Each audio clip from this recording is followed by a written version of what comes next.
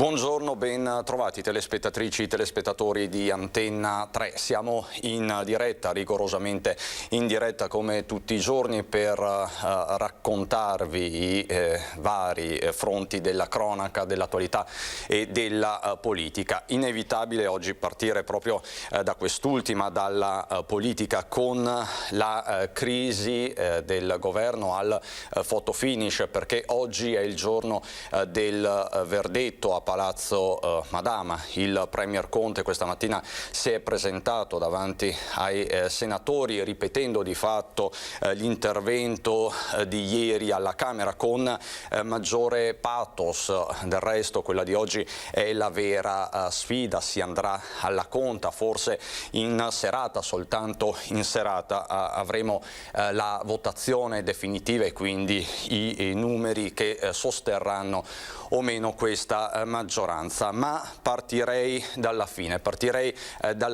del discorso del Premier Conte, che è durato oltre un'ora. Anche oggi, dopo il giorno di ieri alla Camera, è stato rivolto un appello chiaro e preciso ai cosiddetti volenterosi, chiamateli costruttori, responsabili. Per qualcuno restano ancora dei voltagabbana, ma di fatto l'appello del Premier è stato questo: aiutateci. Sentiamolo. Chiediamo a tutte le forze politiche e ai parlamentari anche che hanno a cuore il destino dell'Italia: aiutateci a ripartire con la massima celerità, aiutateci a rimarginare al più presto la ferita che la crisi ha prodotto nel patto di fiducia instaurato con i cittadini.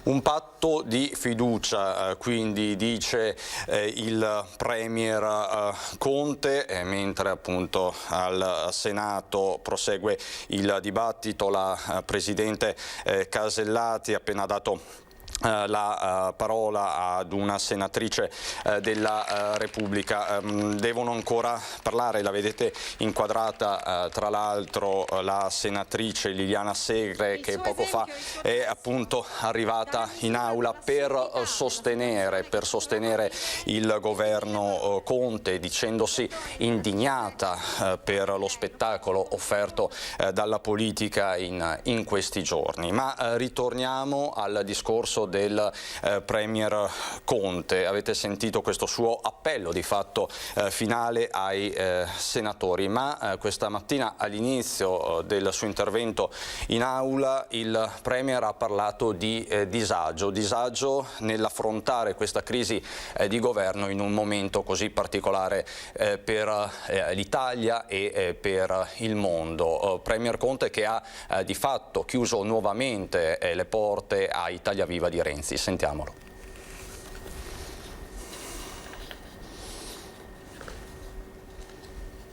Purtroppo però, al culmine di alcune settimane di attacchi mediatici molto aspri, a tratti anche scomposti, alcuni esponenti di Italia Viva hanno anticipato, poi confermato, di volersi smarcare dal percorso comune.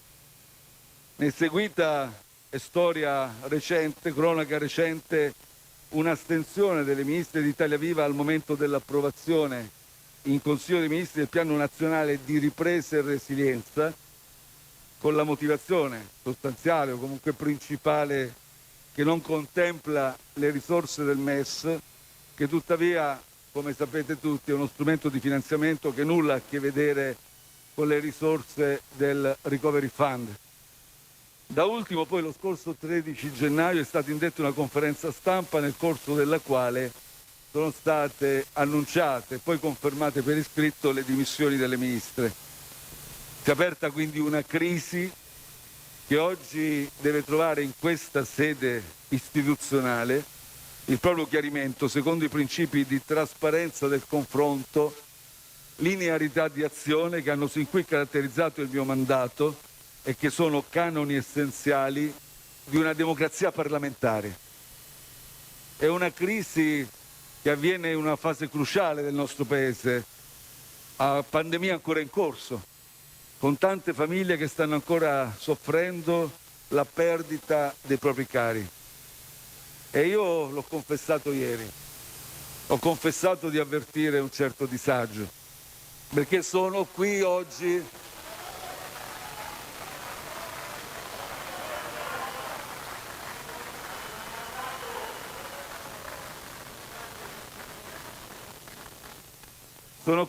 non per illustrare, semmai discutere con voi le misure di sostegno per i cittadini, per le imprese, non per semmai illustrare e discutere con voi la versione aggiornata del Recovery Plan, ma per provare a spiegare una crisi di cui immagino i cittadini e io stesso non ravviso alcun plausibile fondamento.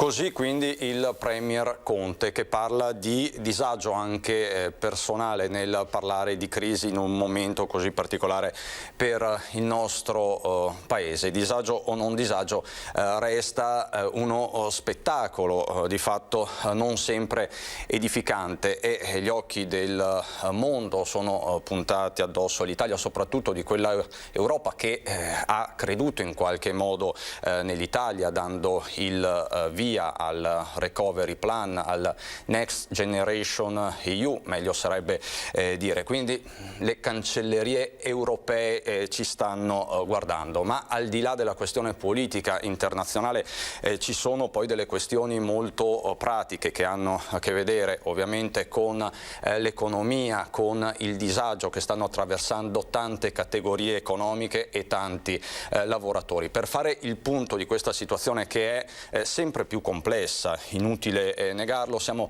collegati, li saluto e li ringrazio, con il segretario generale della CGIL del Veneto, Cristian Ferrari. Buongiorno Ferrari. E con Buongiorno. Elio Maria Narducci, che è segretario generale della Camera di Commercio italiana in Germania. Buongiorno Narducci. Buongiorno. Ecco, quindi due ospiti di primo piano per commentare queste fasi molto delicate per la politica italiana, e non solo per la politica italiana, anche per l'Italia. Anche questa mattina Ferrari, il Premier Conte, si è rivolto non solo ai cosiddetti responsabili, ma anche alle categorie economiche, ai sindacati, dicendo nei prossimi giorni, se il governo resta in piedi, ovviamente arriveremo da voi con la bozza del Recovery Plan. Ha parlato di coinvolgimento delle parti sociali. È un coinvolgimento tardivo? Lo state aspettando? E quali sono le sue impressioni nei confronti di questa crisi di governo? Ferrari.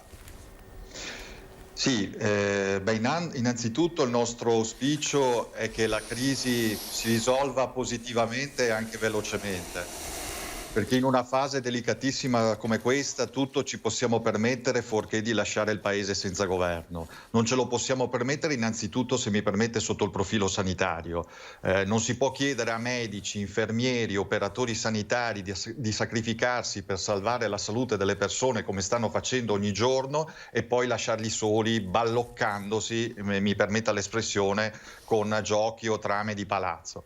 Anche perché le ultime misure restrittive decise dal governo per il periodo natalizio stanno producendo anche in Veneto i loro effetti positivi sulla curva epidemiologica, ma il rischio incombente di una terza ondata, vedendo proprio quello che succede nel resto d'Europa, è sempre dietro l'angolo, e da questo punto di vista non sono consentite distrazioni, sottovalutazioni o peggio vuoti di potere.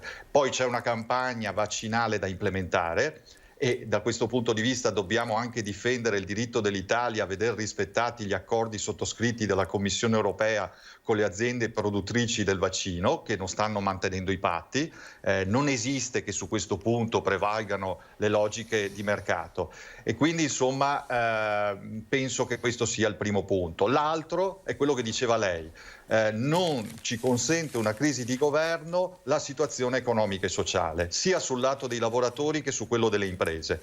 Intanto sul piano dell'emergenza, perché sappiamo tutti che a marzo scade il divieto di licenziamento e anche la cassa Covid, e secondo noi deve essere prolungati entrambi questi strumenti fino a tutta la durata effettiva dello stato di emergenza. Non basterà, perché nel frattempo vanno riformati gli ammortizzatori sociali per dare una copertura la più ampia e universale possibile a tutti i lavoratori, dipendenti e non, va rafforzata una rete ampia di protezione sociale per non lasciare indietro nessuno, così come vanno continuate a ristorare le attività economiche che sono più duramente colpite da questa crisi. Ma soprattutto la vera sfida, oltre all'emergenza, è quella della ripartenza, che necessita innanzitutto dell'approvazione definitiva del Recovery Plan, non senza prima aver fatto un confronto con le parti sociali che noi chiediamo da tempo. Dovevamo iniziarlo a dicembre, poi siamo tutti quanti appesi a questa crisi che si è aperta in queste settimane e che deve essere fatto nel merito quanto prima. Insomma, per tutto questo io penso che una crisi oggi sarebbe irresponsabile e suicida, perché metterebbe persino a rischio anche l'arrivo delle risorse europee, senza le quali nessuna ricostruzione sarebbe possibile. Tra l'altro, proprio nel suo intervento il Premier Conte ha parlato sia degli ammortizzatori sociali, parlando espressamente di una proroga degli stessi, sia di ristori, ammettendo che di fatto non stanno ristorando al 100%, quindi una sorta di spiegazione che appunto è stata colta da diverse categorie. Vengo da lei, Narducci. Com'è percepita, glielo chiedo molto direttamente, questa crisi di governo in Germania da parte anche del cuore produttivo tedesco, soprattutto loro che si stanno lasciando alle spalle una stagione di stabilità estrema, 16 anni di Merkel. Pochi giorni fa è stato incoronato il nuovo segretario presidente della CDU, che probabilmente succederà a Merkel. Insomma, come ci sta guardando la Germania, terra di stabilità, in questo preciso momento storico? Ma intanto devo dire, la crisi del governo italiano sostanzialmente ha avuto risonanza mediatica in Germania, ne hanno parlato sia stampa che telegiornali, però diciamo che non è l'informazione che viene discussa in maniera prioritaria in questo momento. Nel senso che diciamo, la Germania di solito non commenta quello che succede negli altri paesi, lo racconta senza commentarlo, sono abituati, diciamo, alle crisi dei governi italiani, per cui non ha fatto particolare scalpore. Però c'è da dire che i tedeschi queste situazioni le analizzano dal punto di vista specialmente, e poi specialmente dal mio punto di vista di Francoforte, le analizzano per quello che riguarda la stabilità dei mercati finanziari. E quindi tutto ciò che è incertezza rispetto al governo, specialmente in questo periodo storico, viene analizzato a Francoforte rispetto a quella che è la situazione che conosciamo molto bene dell'indebitamento pubblico italiano e della situazione economica non di certo brillante a causa del periodo. Detto questo, l'agenda dei tedeschi è molto chiara. Come priorità numero 1 c'è la crisi sanitaria, che in Germania in questo momento si sta velocemente impennando dal punto di vista dei contagi e quant'altro. Il secondo punto all'ordine del giorno dei tedeschi è la crisi che sta succedendo negli Stati Uniti d'America, perché anche quello crea grossa instabilità. La nostra crisi politica è al terzo se non quarto posto, diciamo. Ecco, diciamo che anche in Germania si è in altre faccende affaccendati ed è normale che sia così. Da un punto di vista invece economico, le chiedo un flash, Narducci, com'è iniziato l'anno per la manifattura tedesca che è legata a doppio filo con quella italiana e soprattutto con quella del nord-est del nostro paese? Qual è la situazione? Com'è iniziato questo anno, soprattutto per la manifattura? È difficile all'inizio dell'anno dare dei dati perché ovviamente non sono ancora stati determinati tutti i parametri, però decisamente possiamo dire che dal mese di novembre si è visto un leggero aumento di produzione. Parliamo di 2 punti percentuali rispetto ai mesi precedenti, quindi diciamo questo è rincuorante. Devo dire la verità, i tedeschi però sono molto preoccupati in questo momento. La pandemia in Germania è ai massimi livelli, in questo momento abbiamo raggiunto 1200 morti al giorno, più di 30.000 contagi al giorno, insomma questo ovviamente ha delle ripercussioni sull'organizzazione del lavoro. C'è quello che viene definito un lockdown duro, che ovviamente prevede, a parte le restrizioni che conosciamo anche per l'Italia, ma soprattutto un incentivo allo smart working, quindi al lavoro da casa, e questo ha rallentato enormemente tutto ciò che è la possibilità di lavoro e spostamenti. Quindi diciamo, si è insediato anche questa settimana il nuovo presidente della Confindustria tedesca, che ha già fatto delle dichiarazioni di preoccupazione rispetto a quella che sarà la produzione tedesca di quest'anno. Insomma, la situazione è incerta. E questo, Ferrari, questa non è una buona notizia, Ferrari? No, non è una buona notizia. Direi che la condizione di incertezza accomuna tutta l'Europa a partire dal suo cuore produttivo industriale. Lei lo diceva bene prima, siamo legati a doppio filo, pensiamo alla filiera dell'automotive, della componentistica e così via. Il punto comune è la grande incognita data dall'emergenza sanitaria. Questo è il punto centrale, non solo sul piano della salute delle persone, ma anche sul piano della tenuta economica e dell'auspicabile quanto prima ripartenza.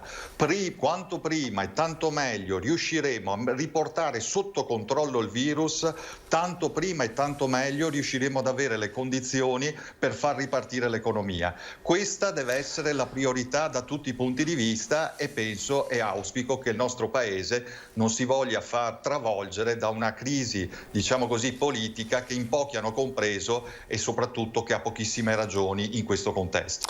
Allora, io vi chiedo la cortesia di rimanere ancora con me, abbiamo qualche istante di pubblicità. Vi aggiorno che al Senato sta parlando proprio in questi istanti Emma Bonino, in questo momento vedete, eccola qua, Emma Bonino, del gruppo appunto misto più Europa.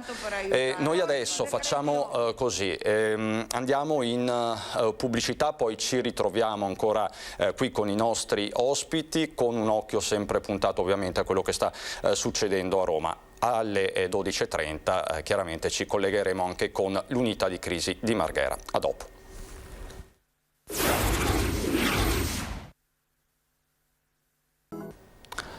Di nuovo in diretta il diario della crisi da Roma, sta parlando ancora Emma Bonino del gruppo misto più Europa, vedete proprio l'immagine, Emma Bonino da una parte, Liliana Segre senatrice a vita dall'altra, oggi appositamente scesa da Milano per votare la fiducia al governo dopo essersi detta indignata per lo spettacolo della politica offerto in questo momento di pandemia. Dietro vedete anche Matteo Richetti, ex Partito Democratico, oggi appunto nel gruppo misto. Quindi in questo momento sono inquadrati quelli che adesso vengono definiti in qualche modo i responsabili. Ecco, vedremo come andrà a finire. Ovviamente i conti si faranno solo questa sera. Torno ai miei ospiti, torno in particolare da lei Narducci, perché ho una curiosità,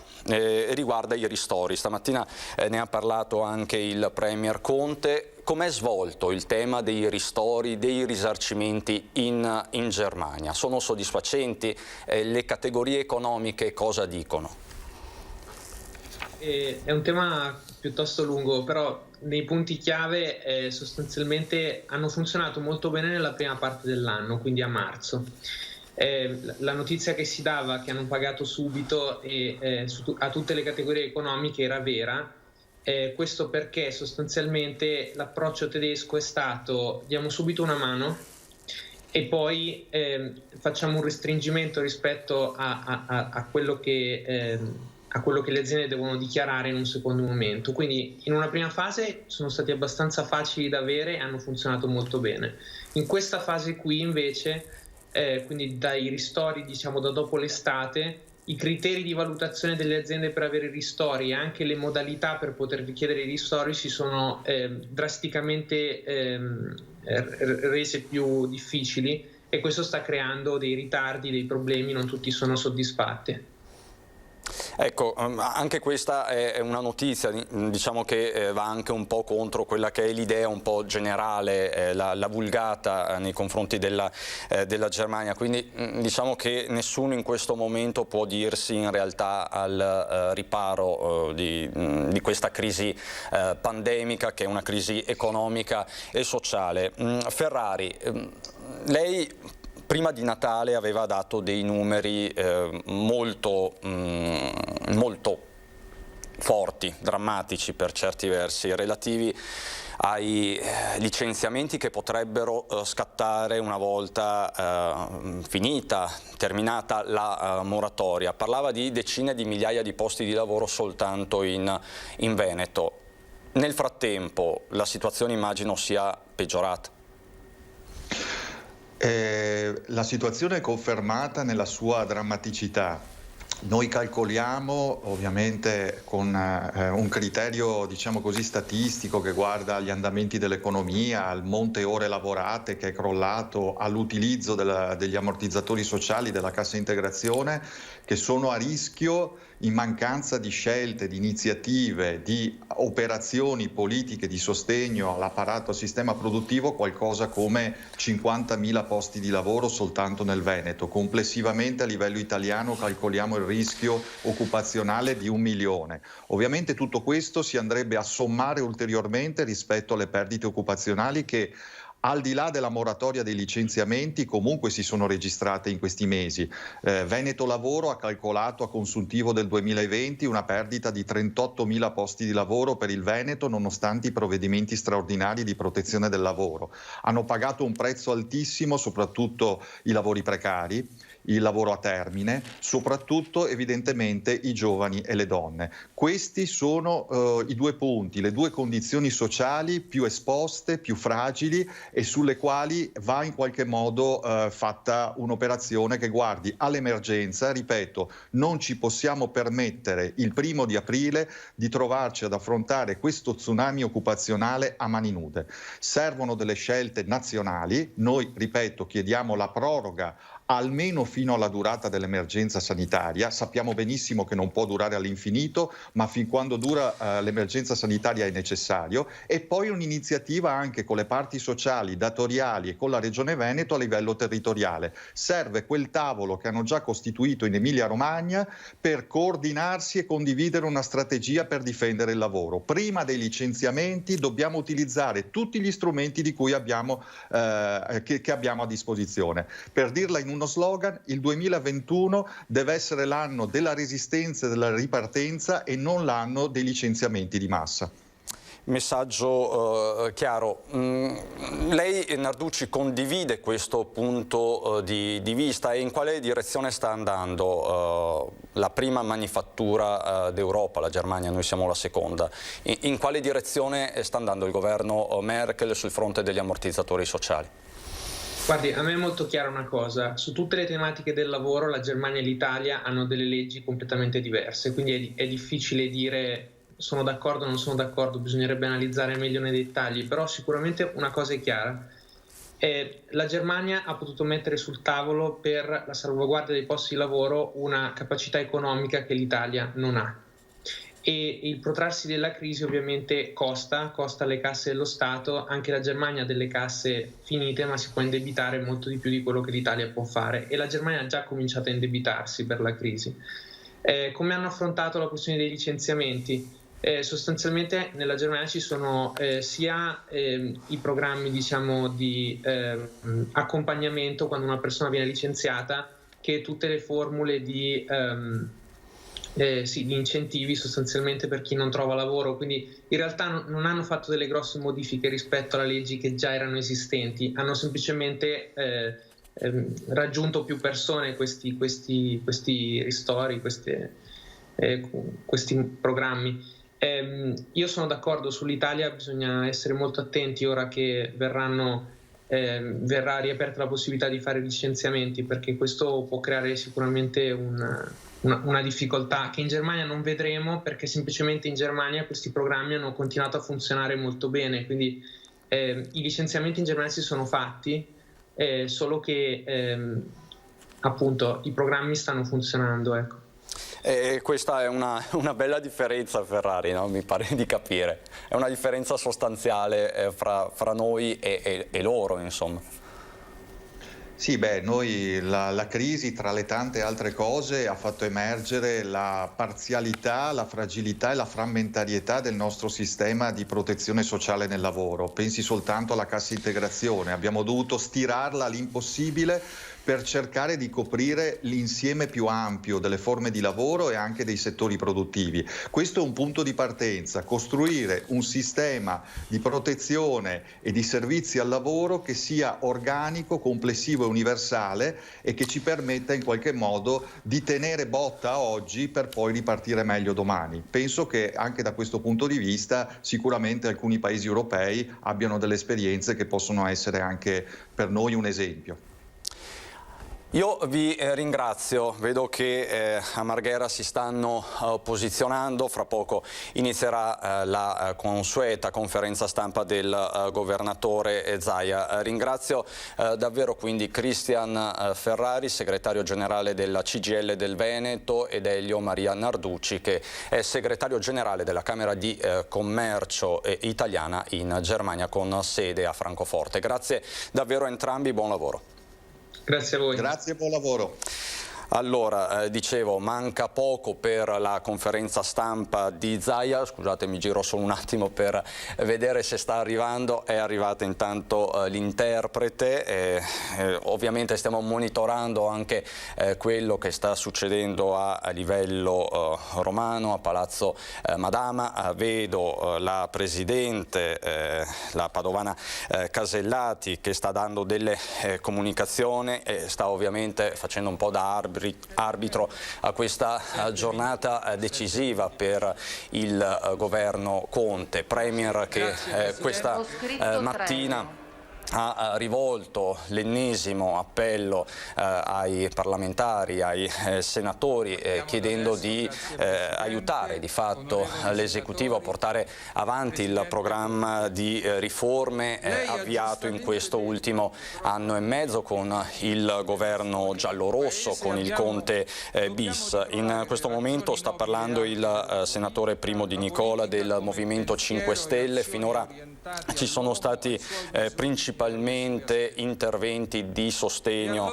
al Premier, devono ancora parlare, questo va detto, sia i due Mattei, quindi Matteo Salvini da una parte e Matteo Renzi dall'altro. Sono loro di fatto e sono i loro gli interventi più attesi per certi versi, soprattutto quello di Renzi, perché finora è sempre stata predicata la linea annunciata, la linea dell'astensione, ma come sapete in politica nulla è scontato, anche perché di fatto il governo, il Premier Conte, non ha certo alleggerito i toni nei confronti dell'ex alleato di governo, quindi nei confronti di Matteo Renzi e dei renziani, che appunto stanno giocando la loro partita, ma insomma la situazione è quella che vedete, è una situazione tutto sommato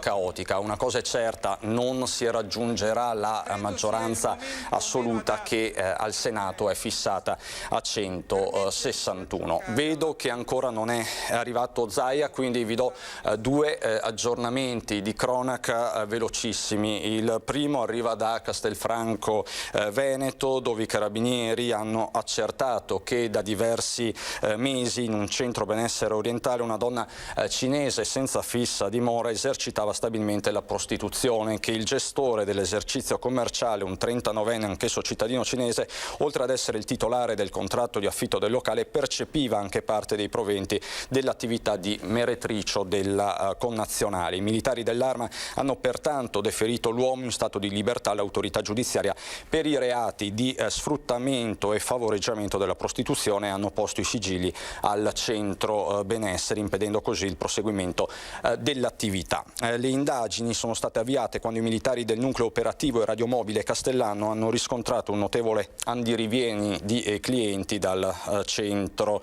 all'insegna Anna, quindi anche dei movimenti sospetti soprattutto in questo periodo. Questa quindi l'operazione dei carabinieri di Castelfranco. Vedo che il governatore Zaia si sta sedendo, perfetto, quindi la linea va a Marghera. Buongiorno, passerei subito al bollettino. Allora, 3.598.134 tamponi molecolari e 2.311.000. Allora, nello specifico, nelle ultime 24 ore abbiamo fatto 47.011 tamponi.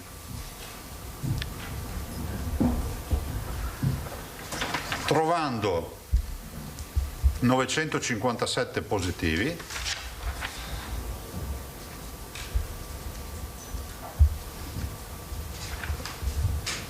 così definiti. 9,57 su 47.011 fa 2,03 di incidenza di positivi sui totali. Se vi serve lo specifico ve lo do.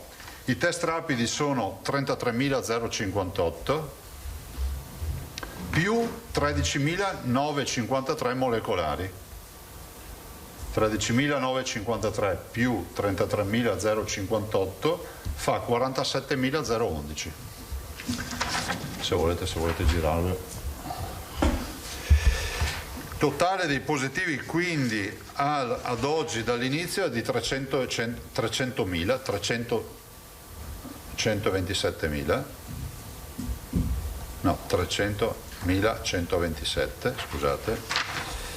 I positivi di oggi sono 63.171, vedete che calano, diciamo, vistosamente ogni giorno, perché non c'è più l'ingresso di nuovi positivi importante, quindi anche qui siamo, se fossero 900 tutti i giorni o giù di lì, vorrebbe dire che abbiamo meno positivi di quelli in entrata rispetto a quelli che escono dall'isolamento. 63.000, se non ricordo male, guardate, una settimana fa eravamo 89.000, una roba del genere. I ricoverati totali, questo è un altro dato interessante, sono 2.942, che visto i numeri assoluti sono praticamente un ospedale con 500 letti svuotato. Abbiamo 500 letti in meno rispetto alla punta del 31 dicembre. Noi abbiamo fatto il 31 dicembre con, diciamo, i dati, diciamo, più importanti. Come sono distribuiti questi 2.942? Eccoli qua. 2.603 in area non critica, quindi in area medica, come viene anche definita. Eccola, riuscite a inquadrare? E 339 in terapia intensiva, quindi sono meno 58 in area medica, cioè in area non critica, e meno 15 in terapia intensiva. Vi ricordo sempre che il dato che noi diamo sulle terapie intensive non sarà quello che troverete nei bollettini nazionali, perché nel bollettino nazionale si decurtano i negativizzati, quindi per noi è più basso il dato, perché ogni tanto qualcuno dice ma ha dato numeri di terapie intensive più alti. Per un fatto di consuetudine lasciamo positivi e negativi assieme, ma sarebbero di meno. Dato importante purtroppo dei morti, però come sapete sempre il martedì ci arriva la contabilità del fine settimana, perché il lunedì mattina non riusciamo a avere il resoconto, quindi ce l'abbiamo il venerdì, sono 162, però considerate che qui sono ovviamente decessi del fine settimana, 8.187. I dimessi ovviamente aumentano, 13.091, 120 anche nelle ultime 24 ore. Che immagine abbiamo? Abbiamo un'immagine intanto di una curva che decresce. Se vedete la curva delle terapie intensive si sta costruendo specularmente. Prendete la curva, la tagliate a metà tra la fase di ascesa e quella di discesa, adesso vediamo proprio specularmente che segue la fase, in fase calante è praticamente speculare a quella crescente. Speriamo continui questo trend. Vi faccio notare che 300, scusatemi non mi ricordo il dato, 339 terapie intensive la notizia di oggi è che siamo scesi sotto il valore massimo di marzo. Il valore massimo di marzo era 3,56, 31 marzo, se vi interessa, ormai non siamo più a data di nascita, ma quelle del Covid tutte. 31 marzo avevamo 3,56 e il 1° di aprile avevamo 2068 persone ricoverate. Quindi se guardiamo i dati, oggi è il primo giorno che scendiamo sotto il massimo di marzo e abbiamo ancora, per raggiungere il livello di massimo di marzo delle aree non critiche, circa 500 posti letto. Dopo 500 li abbiamo già decurtati e quindi ce ne mancano ancora 500. La situazione è ancora, pur si stanno liberando perché abbiamo più di un centinaio di posti in terapia intensiva già allestiti liberi, però la situazione è una situazione ancora pesante a livello ospedaliero, perché comunque abbiamo 339 persone in terapia intensiva Covid che hanno diritto a tutte le cure e abbiamo 2600 pazienti da seguire. E se continuiamo con questo bel lavoro di attenzione che facciamo, che dobbiamo avere come cittadini, è ragionevole pensare che se ne possa uscire. E se a questo combiniamo il tema dei vaccini, diciamo, abbiamo ancora più tranquillità rispetto a questa uscita, nell'interesse intanto della salute di tutti noi e poi ovviamente di quello che è la ricaduta economica, che è disastrosa. È impensabile poter andare avanti all'infinito con questa modalità. Io sono stato criticato a settembre perché dissi: guardate, non possiamo passare un anno a restrizioni, a ordinanze o altro, e vedo che comunque purtroppo ho avuto ragione su questo fronte. Noi dobbiamo investire al massimo sui vaccini. Questa sera alle ore 20 ci sarà una riunione con il governo sui vaccini e ovviamente siamo preoccupati. Ci rendiamo conto che un'impresa può avere dei problemi, perché chi lavora non è esente dai problemi, ci mancherebbe. Il tema è capire quali sono i problemi, se li possiamo risolvere assieme e avere la certezza di non essere gli unici a aver subito tagli. Questo penso che sia il minimo, non è l'ABC.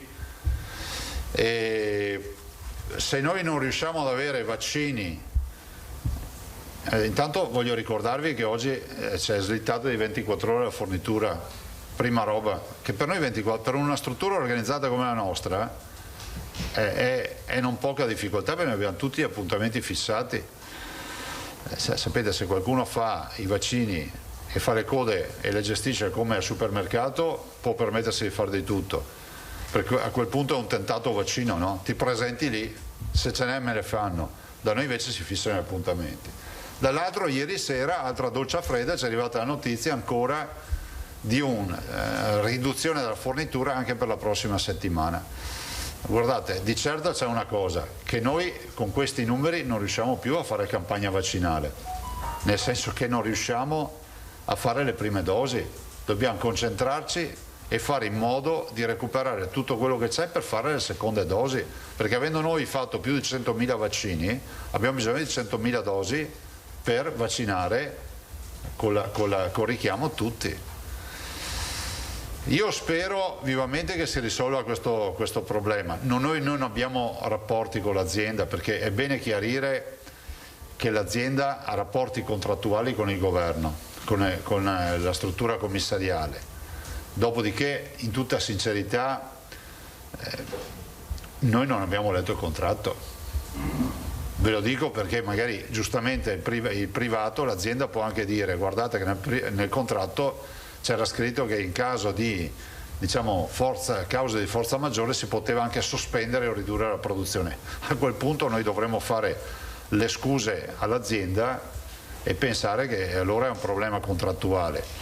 Però ad oggi non è dato a sapere, o meglio ad oggi ci hanno detto che è un fulmine a ciel sereno e che non era previsto. Non lo so, stasera lo capiremo meglio, perché avremo l'incontro, immagino ci sarà anche il dottor Arcuri, ci sarà il ministro Speranza.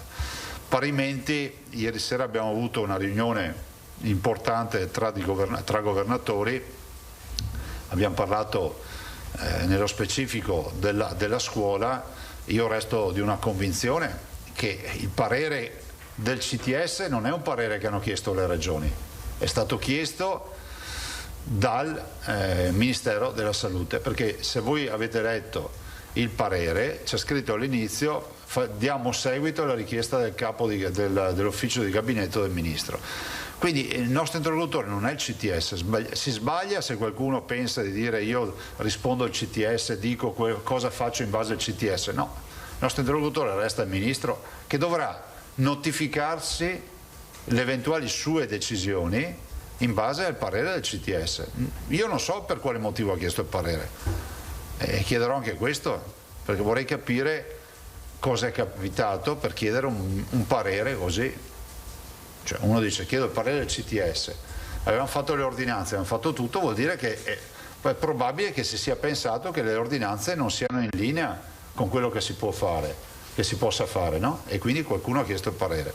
Però penso che sia fondamentale, e continuo a dire, che il Ministro dovrà comunicarci formalmente le sue determinazioni in base a quel parere, perché alla fin fine noi sappiamo del parere, perché la comunicazione oggi ormai non ha più segreti, no? Non ci sono più segreti col modello comunicativo che c'è, ma se fossimo stati in un altro periodo storico, quello è un parere chiesto dal Ministro e è reso al Ministro questo parere.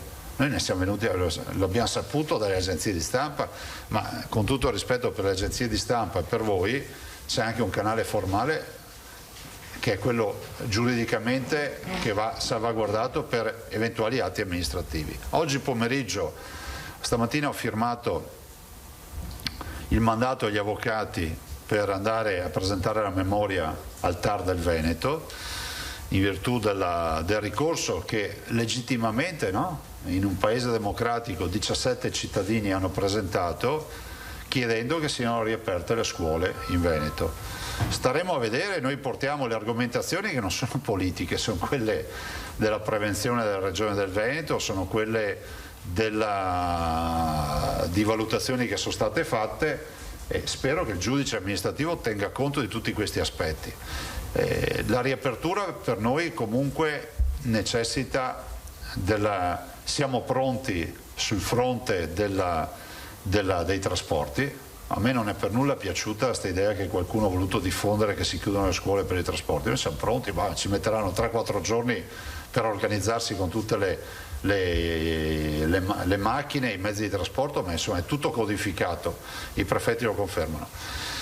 Spero vivamente che venga valutato approfonditamente questo ricorso, perché comunque non può passare l'idea che scelte dettate dai tecnici si risolvano con sentenze di tribunali senza tenere presente il motivo fondante per cui si fanno le ordinanze. Sapete, col Covid abbiamo capito una cosa, che forse il vero problema per il Covid, al di là di quello sanitario, vi parlo dal punto di vista giuridico, è quello di riuscire a cristallizzare la situazione, no? Perché catapultati al 20 di gennaio risulta, come si può dire, più semplice ragionare di scuola, ma se torniamo indietro di 20 giorni le indicazioni della prevenzione erano tutte di dire chiudete le scuole. Prova ne sia che sono ormai molte le regioni, se non penso che siano 3 o 4 che hanno aperto la scuola, nel bene o nel male un po' tutte hanno procrastinato nelle diverse modalità, per cui guardate, non è una guerra di religione. Però chiediamo al giudice amministrativo di valutare fino in fondo, perché comunque il tema della responsabilità nei confronti dei cittadini noi ce lo sentiamo. Se da un lato è giusto garantire il diritto allo studio, che è garantito, vorrei ricordarvi, con la didattica a distanza, ma è giusto, è sacrosanto che i ragazzi debbano tornare a scuola in presenza, dall'altro è altrettanto vero che c'è un altro diritto insindacabile che è quello alla salute. Perché io devo dire che abbiamo un sacco di genitori e ragazzi che scrivono l'esatto contrario come richiesta, è quello di tutelarli rispetto a un'eventuale apertura. Vedremo cosa dice il TAR. Insomma, come si dice, no? Lo dico sempre io, un ricorso al TAR non si nega a nessuno. Siamo in un paese nel quale se ti bocciano il figlio a scuola ricorri al TAR. Per cui ci rimetteremo alla sentenza del TAR, vedremo cosa dirà e dopodiché, leggendo la sentenza, capiremo cosa potremmo fare. Io non ho altro da aggiungere. Tosato, Pederiva, Moscati, niente. Fois. Buongiorno Presidente. Buongiorno. Allora, per quanto riguarda i vaccini, anzitutto, no? Se lei un po' ci ricapitola qual è esattamente la dotazione attuale, la previsione di arrivi di vaccini e quali sono le somministrazioni che realisticamente si possono o non si possono fare. Questa è la prima domanda. Poi sempre sui vaccini ne ho una seconda. Prego. La seconda riguarda questo colloquio che avete avuto tra presidenti di regione ieri sera, che ha suscitato una polemica, nel senso non abbiamo che parlato dei vaccini stasera, va bene. Comunque sia, il confronto tra regioni sui vaccini ha suscitato una polemica perché è parso di capire, poi è stato magari rettificato, ma insomma, che l'assessore alla sanità della Lombardia, Moratti, no, ma non ne ha parlato ieri sera, era collegata, ma penso che le dichiarazioni siano di stampa locale, cioè ieri sera non è neanche intervenuta, fra l'altro. Beh, in ogni caso, insomma, le agenzie riportano che la sua proposta, perché le chiedo questo? Perché la Moratti si è inserita in questa proposta di una suddivisione solidale tra le regioni dei vaccini, ovvero, chi ne ha in esubero, chi ne ha in surplus e non è in grado di somministrarli, li dia a chi invece è in grado di farlo e ne ha bisogno perché ha subito tagli maggiori. Qualcuno ha capito che questa proposta fosse in relazione al PIL e il suo vecchio amico presidente della Campania De Luca si è subito imbizzarrito, ha detto che è una barbarie parametrare i vaccini al PIL.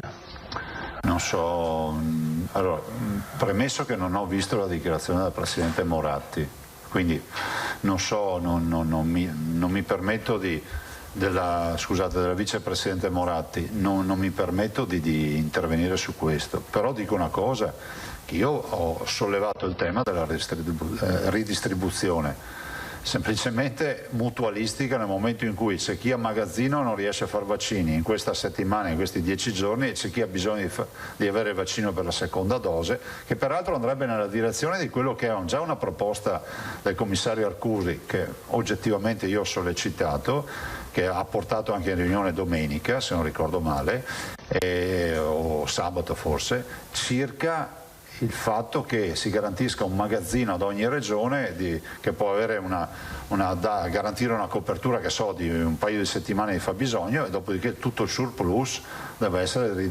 redistribuito a chi comunque fa vaccini. In questa fase dove i tagli non sono equi, perché non ha nessun senso tagliare il 54% al Friuli Venezia Giulia, il 53% al Veneto, il 51% all'Emilia Romagna, e poi ad altre regioni tagliare poco o nulla o addirittura zero. Allora diciamo, in questo lasso di tempo di 15 giorni facciamo in modo, diamoci un principio, che tutti possano fare la seconda dose, che è un tema etico ma è anche giuridico oltre che sanitario, perché mettetevi nei panni, mi è stato chiesto proprio dal tuo giornale l'intervista di oggi, no? Ci saranno cause. Cioè io mi metto nei panni del cittadino che al 21° giorno dice la puntura, cioè, capite che si apre uno scenario che non è dei migliori, quindi siccome poi se qualcuno si arrabbia si arrabbierà con noi, perché alla fin fine il suo interlocutore siamo noi, e noi dovremmo capire che onde evitare che ci sia un disservizio, di fare in modo, quantomeno la mia proposta è che le seconde dosi vengano garantite con il magazzino nazionale. E lo dice una regione che quando si è trattato di prestare o di riconoscere, insomma, abbiamo sempre fatto la nostra parte, non abbiamo mai dimostrato egoismi su questo. Per carità, è una proposta, magari scopriamo che ognuno si vuole tenere i propri vaccini, vabbè, ne prenderemo atto. Però noi abbiamo l'obbligo eticamente e moralmente di avanzare una proposta come questa. Ma direi proprio alla luce di un bilancio ferreo, no? Cioè dice, io ho 100 dosi, ho 120 seconde dosi da somministrare, mi mancano 20 dosi. Cioè questo deve essere il ragionamento da fare, ma di minima. Ma la situazione attuale è... La situazione attuale è che noi erogheremo le seconde dosi. Certo è che la seconda fornitura... Allora noi siamo passati da 48.000 dosi, calcolando 6 dosi per flacone, a 22.230 questa settimana. Quindi dimezzate, famoso taglio del 53%.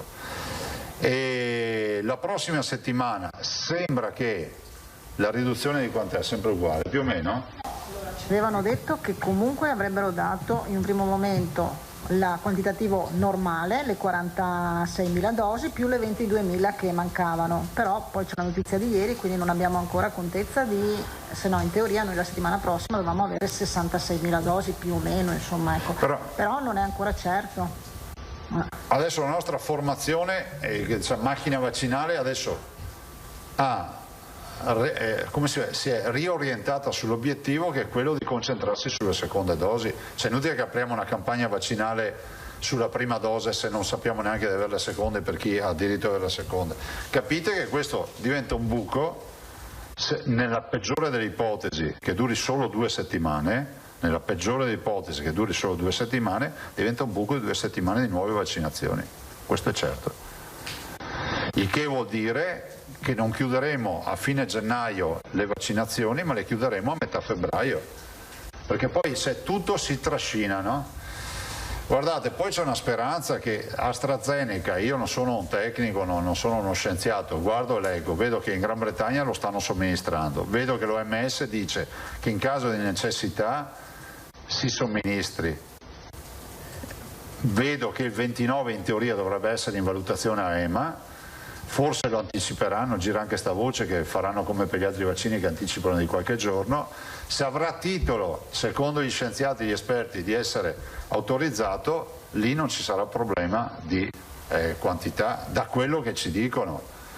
Cioè, si parla di milioni di dosi garantite per l'Italia, se non vorrei ricordare male forse 42 milioni di dosi. Adesso prendetelo con le pinze, però considerate che il monte vaccini è di 220 milioni di dosi per l'Italia alla fine. AstraZeneca, Johnson & Johnson, Moderna e Pfizer, insomma i vaccini che sono stati ipotizzati da avere a disposizione. Però AstraZeneca rappresenta in assoluto una mole di vaccino importante. Mi scusi nel dettaglio, il ritardo di 2 settimane investirà i richiami o il completamento della no, noi siamo in difficoltà con i richiami, però sentite, calcolatrice alla mano, speriamo veramente di farcela. Di certo sulle prime vaccinazioni ho l'impressione che non riusciremo a avventurarci. Insomma, a causa delle riduzioni di Pfizer, diciamo che l'avvio delle vaccinazioni, tanto per capirci, degli ultra ottantenni slitterà di un paio di settimane, realisticamente, insomma. Tutto slitta di un paio di settimane. Se non ci sono dosi è inutile. Ma guardate, io non ho mai fatto i processi, diciamo, a prescindere. Io penso che se l'industria ha avuto un problema, il problema deve essere compreso. Siamo terra di partite IVA e sappiamo che non è, cioè la mela non si taglia mai a metà. Però bisogna capire qual è il problema, perché noi che siamo gli utilizzatori finali, l'unica notizia che abbiamo è che ci hanno dimezzato le dosi, punto. E poi si legge di tutto, è bene far chiarezza, ma anche sul contratto nazionale è bene far chiarezza, perché magari Pfizer ha ragione da vendere, non lo so, avete capito, non lo sappiamo, cioè noi non siamo a conoscenza delle carte. Anzi, dico sempre che se possiamo comprarceli autonomamente siamo qua. Bene, Pederiva, Moscati, Fois, Zambon. Pederiva, Gazzettino. Grazie. Buongiorno Presidente. Buongiorno. Resto sui vaccini. Riprendendo queste sue ultime parole, noi capiamo i problemi delle imprese. Oggi l'immunologa Antonella Viola, Radio 24, propone di produrre la quota che manca appunto di vaccino su licenza tramite nostre aziende, quindi aziende italiane, mi immagino intendesse dire anche addirittura venete. Condivide questa idea? Se è fattibile assolutamente sì, ma siccome si tratta di un processo industriale e siccome ho letto anche la stampa straniera, Pfizer ha cercato in questo periodo sempre delle realtà per produrre, immagino che i nostri imprenditori, perché non è che uno può andare da una ditta che fa fusioni a fare vaccini, sono aziende farmaceutiche, no? Aziende definite come tali e posso dire che hanno anche le autorizzazioni e le certificazioni per farlo. Immagino che lo scouting sia già stato fatto, perché se ci fosse una falla e qualcuno ci dice ma nessuno ci ha mai detto che c'era questa possibilità, però sapete io mi fermo qui, non mi sembra assolutamente un'idea strampalata, assolutamente no. Poi noi siamo quelli che risolvono sempre i problemi, no? Ci dicono siamo quelli che insomma davanti a un prodotto finito riusciamo a rifarlo velocemente e anche migliorarlo, magari ne viene fuori anche un vaccino che funziona ancora di più, non lo so. Diciamo con le mascherine è stato fatto, era relativamente più semplice trattandosi di un articolo che non è un farmaco. Considerate che trovo strano che industriali che sono sempre attenti come i nostri ad ogni opportunità, qua dovreste sentire Pfizer per capire se questa può essere una soluzione. Di certo, sentite, io dico anche a Pfizer che se ci fosse da dare una mano la Regione Veneto c'è, nell'interesse della salute dei cittadini. E il parere che lei ha richiesto all'Avvocatura regionale l'ha ottenuto? Non abbiamo nulla ancora, ma guardate, è di fatto monco perché noi non siamo controparte giuridica, non siamo firmatari del contratto. Comunque non ce l'abbiamo in mano sto contratto. Io spero che la chiudiamo, che ci mandino i vaccini, che è meglio, va. Okay.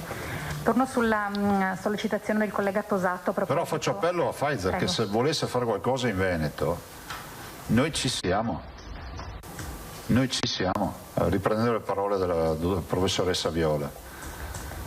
Quindi noi siamo per fare da tramite con le imprese, intende, per sensibilizzare. Ma ci siamo anche con la finanziaria regionale se serve. Nel limite di tutte queste pastoie burocratiche che ci sono in questo paese, perché c'è la ricerca del ladro spasmodica, però insomma davanti a un fatto sanitario, con tutte le tutele del caso, se si tratta di produrre vaccini per i veneti, noi siamo qui, e per i veneti anche noi non veneti, ma figuriamoci, per tutti. Ma però trovo strano, avete capito, che davanti a ordinativi che sono paurosi, sono miliardi di... un'azienda non abbia fatto scouting e non abbia un suo piano industriale, ce l'ha sicuramente. Comunque siamo qua. Okay.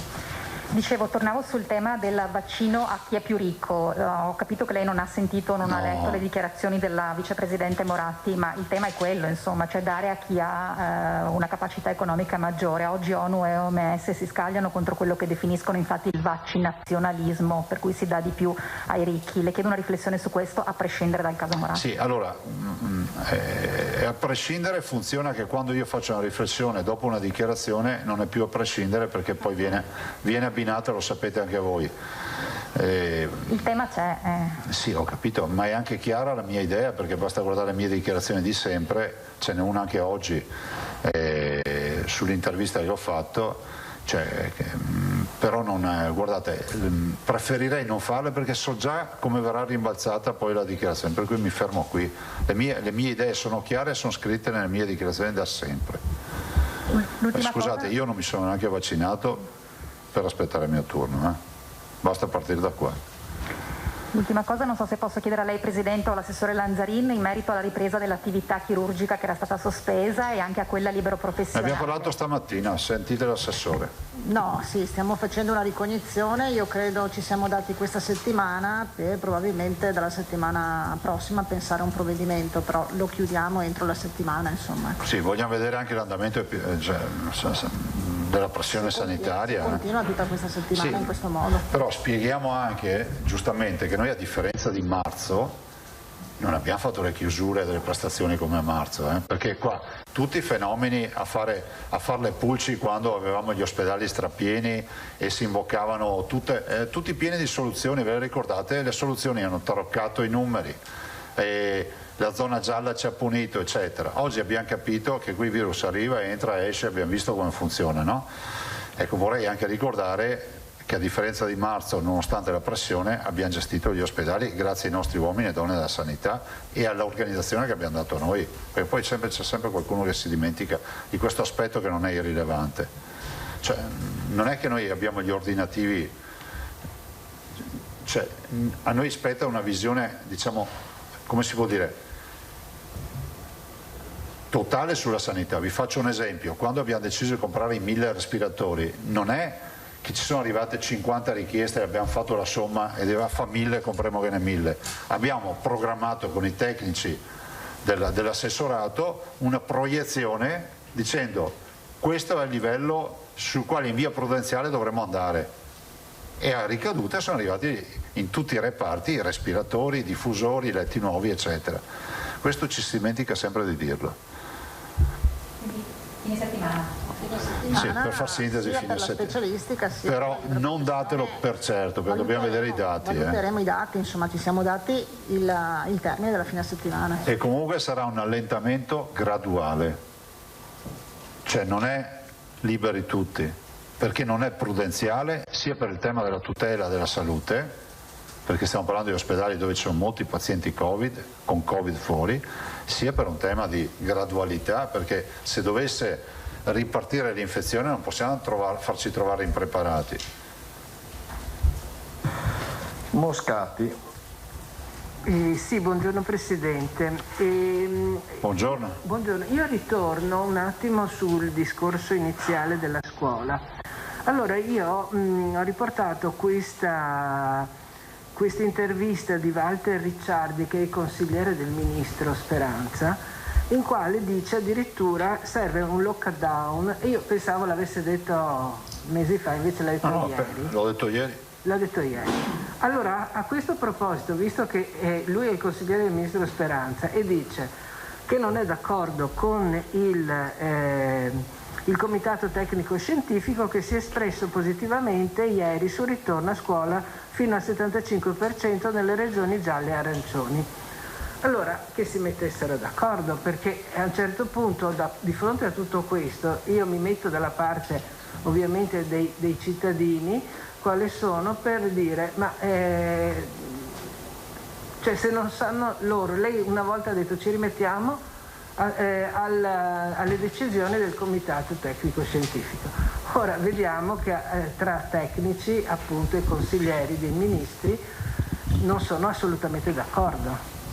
Sì, ma dico anche di più, nel senso che è una contraddizione in termini se ci pensate. Lo dico in punta di piedi con il massimo rispetto, con la premessa che a scuola si deve andare in presenza, ma se tu sei convinto che non sia più un problema, perché l'autorizzi al 75%? Falla al 100%, no?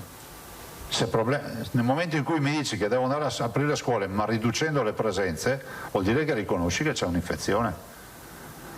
E ancora, se le regioni fanno delle ordinanze, non è che lo fanno per divertirsi, guardate, ogni ordinanza è un dolore, perché comunque c'è chi ha da ridire, accuse, minacce, di tutto c'è nelle ordinanze. Dietro ad ogni firma c'è un mondo che magari voi non vedete, ma noi lo percepiamo e lo tocchiamo da vicino.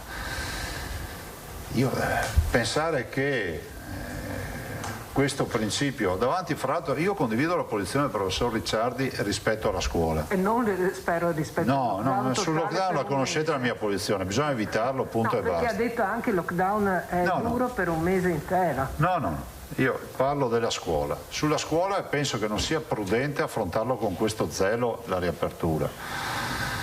Guardate, io non posso non rilevare che tutte le comunità hanno avuto, sarà una coincidenza, il picco della partenza delle infezioni in maniera importante con la riapertura delle scuole. Punto. Questo è un dato epidemiologico, guardate la curva, guardate le date, dopodiché sarà una coincidenza, sarà anche una coincidenza, ma in giro per il mondo è accaduto questo. Grazie. Prego. Fois. Buongiorno Presidente. Buongiorno. Testata, grazie. Media Nord-Est, Antenne 3, Rete Veneta e Tele Nord-Est. Presidente, io mi volevo ricollegare a una frase che lei ha pronunciato poco fa per quello che riguarda i vaccini. Ha detto magari ce li potessimo comprare, ed è una cosa che si chiedono parecchi veneti, visto che comunque il Veneto acquista i respiratori, come ha ricordato lei, gestisce l'emergenza in tutto e per tutto. Per la campagna vaccinale ugualmente vengono acquistate dalla Regione. Per quale motivo non possono essere acquistate anche in questo caso? E sarà una questione che lei porrà, per esempio, nei colloqui che avrà col governo? No, l'abbiamo già posta, ma in tempi non sospetti, quando ancora si parlava della possibilità di avere i vaccini. Noi ci siamo anche mossi, ci siamo informati, è impossibile, perché le forniture e i contratti sono con gli Stati membri. Immagino che questo sia un accordo europeo che poi a ricaduta i governi hanno fatto proprio, quindi l'idea del Veneto autonomo, no? Che riesce anche ad andare a comprarsi il respiratore piuttosto che le mascherine o fare le robe che abbiamo fatto, sui vaccini non si può fare. Ho capito, volevo chiedere anche un'altra cosa per quello che riguarda le modalità di tracciamento una volta che si viene individuato un positivo, che sono cambiate recentemente, mi pare di aver capito, ce lo chiedono in diversi. Non si procede subito con un tampone, ma si va in quarantena. Nell'ultima circolare del Ministero, il Ministero ci dicono di mettere in quarantena i contatti stretti senza fare il tampone e poi fare un tampone solo alla fine della quarantena.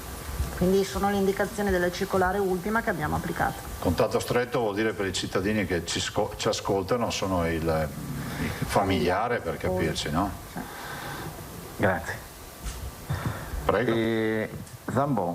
Sì, Corriere del Veneto, buongiorno. Buongiorno. Mi perdoni, ritorno brevemente sui vaccini per essere precisi. Quindi le lettere che sono già partite, le lettere di convocazione, ad esempio per gli appuntamenti degli ultra ottantenni, che ovviamente slitteranno oppure no? Allora, erano in partenza, credo che ieri, insomma, so che ci dovrebbe essere stato anche un confronto tra i SISP e le prevenzioni, avranno un po' ritardato, insomma, so che ieri ci doveva essere un confronto, alcune le avevano pronte, però si saranno parlate, adesso non ho certezza che siano partite, ma vedendo quello che è successo probabilmente si sono parlati. Sì, però in base al punto della situazione che abbiamo fatto stamattina anche con la dottoressa Russo, diciamo, non dovrebbero esserci disservizi, nel senso che non è che dobbiamo rincorrere persone per disdettare l'appuntamento a altro, perché comunque prudenzialmente, avendo accantonato vaccino per le seconde dosi, abbiamo la copertura e quindi abbiamo gli appuntamenti su quell'accantonamento. No, dicevano gli over 80 che parlavamo degli over 80 fuori. Sugli over 80 non ancora. No. Okay. Sì, però posso dire che abbiamo somministrato Moderna anche nelle case di riposo. Sì, Moderna nelle case di riposo. E questo è positivo. E poi c'è stata agli over 80 l'esperienza sperimentale di Belluno, insomma, che aveva comunque chiamate degli over 80 tramite una medicina di gruppo a Belluno. E ultima cosa, ci chiedono per i pazienti oncologici invece? I pazienti oncologici li abbiamo previsti con subito insomma, in contemporanea con over 80 e le altre appunto corti. È chiaro che è tutta una programmazione in cui ci sono dentro, sapete, anche i donatori di sangue, i farmacisti, insomma un po' tutte queste categorie, ma è chiaro che riusciamo a rispettarle nel momento che abbiamo certezza dei vaccini. Ci segnalano un'ultimissima cosa, nel Trevigiano, ma credo non solo, da stamattina delle difficoltà nelle farmacie per l'interfaccia con il fascicolo sanitario elettronico, per le ricette elettroniche. Sembra che non funzioni, non vi risulta? Non ho sentito niente, provo a capire. C'era stato anche per il passato, se vi ricordate, dei problemi, perché c'erano dei problemi a livello anche nazionale. Verifichiamo se c'è qualcosa del genere anche stavolta, ma non ho notizia. Da Trevigiana mi permetto di dire che c'è un crash di team oggi. Di team? Grazie. Ci abbiamo fatto pubblicità. Allora, ci sarebbe Pettenò e Prigioni. Quindi non è il software ma è la rete.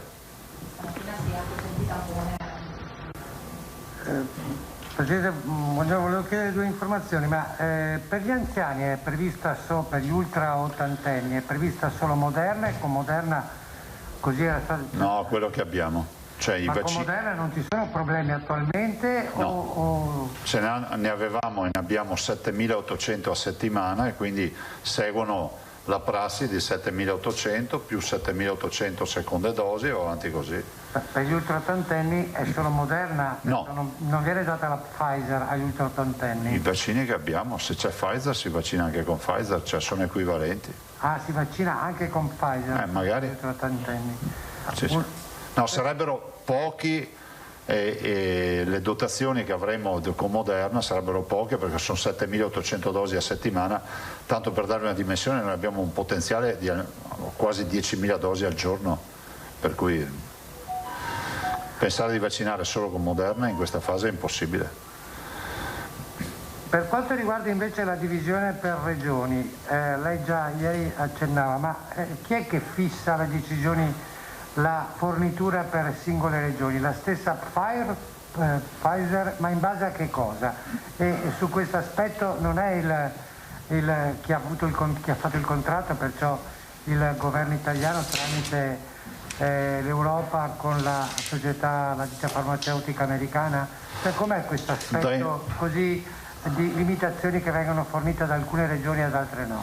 Ma visti i tagli soprattutto del 53% in Veneto, abbiamo chiesto informazioni al commissario Arcuri e sembra da quello che ci è stato detto che la suddivisione sia arbitraria e stabilita direttamente dall'azienda. E su questo è nel contratto, perciò non lo l'aspetto so. del contratto? Ma non lo so, io non ho mai visto il contratto. Ma non è un po' aspetto, diciamo, quello che su un aspetto nazionale e poi di fornitura dal governo centrale, dallo Stato centrale alle singole regioni, sia un'azienda farmaceutica che decide quanto vengono fornite alle singole regioni? Non deve essere una valutazione che invece è fatta dal commissario? Ma, di certo la suddivisione delle dosi ridotte è una suddivisione incomprensibile, per usare questo termine. Il taglio a noi del 53%, del 51% all'Emilia Romagna, al Friuli Venezia Giulia del 54% non è giustificabile rispetto a regioni che hanno avuto tagli zero o tagli diciamo contenuti. Questa sera Vi cito queste tre regioni perché sono medaglia d'oro, argento e bronzo. Stasera a questa riunione con il governo, lei da Presidente della Regione del Veneto cosa chiederà in particolare o cosa ritiene che anche dalla riunione che avete avuto con le regioni porrete con particolare attenzione al commissario Arcuri e al Ministro della Salute? Ma io penso che sarà fondamentale intanto capire bene quali sono stati i termini contrattuali, quali siano i termini contrattuali, perché rischiamo di parlare al vento, parlare per nulla o peggio di seguire piste sbagliate. Dall'altro, assunto questo, sicuramente si dovrà capire quali sono poi i problemi per questa mancata fornitura ed infine in questo periodo di queste 2 settimane nel quale è paventato appunto il taglio, anzi c'è il taglio, è fondamentale avere una redistribuzione quantomeno per garantire a tutte le regioni di fare le seconde dosi. Io penso che sia un fatto mutualistico, se no non ha senso una regia nazionale, no?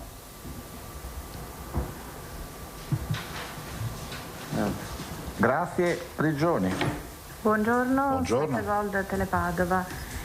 In caso il TAR del Veneto si esprimesse a favore dell'esposto dei genitori, lei come Presidente può fare un'ordinanza per di nuovo appunto confermare la prima ordinanza alla luce del fatto che le regioni possono adottare restrizioni qualora ci siano motivi di salute pubblica? Ma noi intanto andremo a leggere il dispositivo, perché il dispositivo del TAR potrà dare ragione alla regione e quindi confermare l'ordinanza oppure dire che l'ordinanza decade.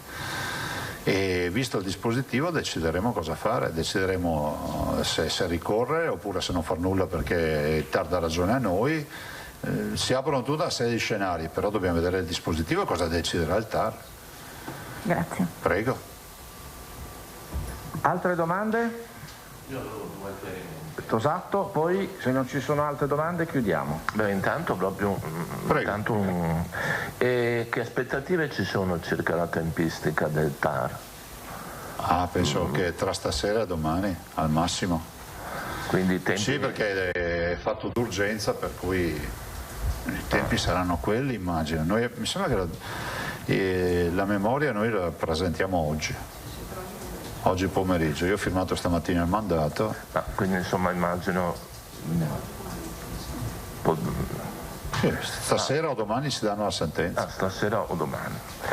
Ecco, e poi mi pare di cogliere un atteggiamento mutato da parte sua nei confronti di Pfizer, nel senso che ieri lei era piuttosto inviperito, ventilava un'azione risarcitoria, adesso invece dice per le imprese insomma i problemi capitano, nel lavoro queste cose succedono. Ha corretto il suo atteggiamento? No, non ho corretto l'atteggiamento, mi avete chiesto come la vedo, dico nelle imprese può accadere questo, ma bisogna essere anche informati di quello che accade, cioè non è che l'informazione è unidirezionale, se decidono di darcela ce la danno, se non stiamo lì ad aspettare gli eventi, perché noi non possiamo aspettare gli eventi, cioè noi dobbiamo essere informati, perché se fossimo stati informati avremmo magari gestito ancora più diversamente le dosi che avevamo prima, questo sto dicendo io. Cioè, non faccio una colpa a un'impresa che ha un problema, perché vorrebbe dire essere dei malandrini. E quindi riconosco il problema, ma mi avvisi prima. Cioè, penso che non sia accaduto sabato sera e la domenica cambiano strategia. A meno che, continuo a dire, qualcuno non lo sapesse e non ce l'ha detto, perché è da fare anche un po' in punta di piedi, perché magari il signor Pfizer arriva con un contratto e dice scusate ma io tutte queste robe le potevo fare oppure io avevo avvisato, cioè questo non è dato a sapere in questa fase, e quindi io non dubito di nessuno, però è giusto che si faccia chiarezza. E con questo ringrazio e grazie signori, buongiorno, buon lavoro. Arrivederci.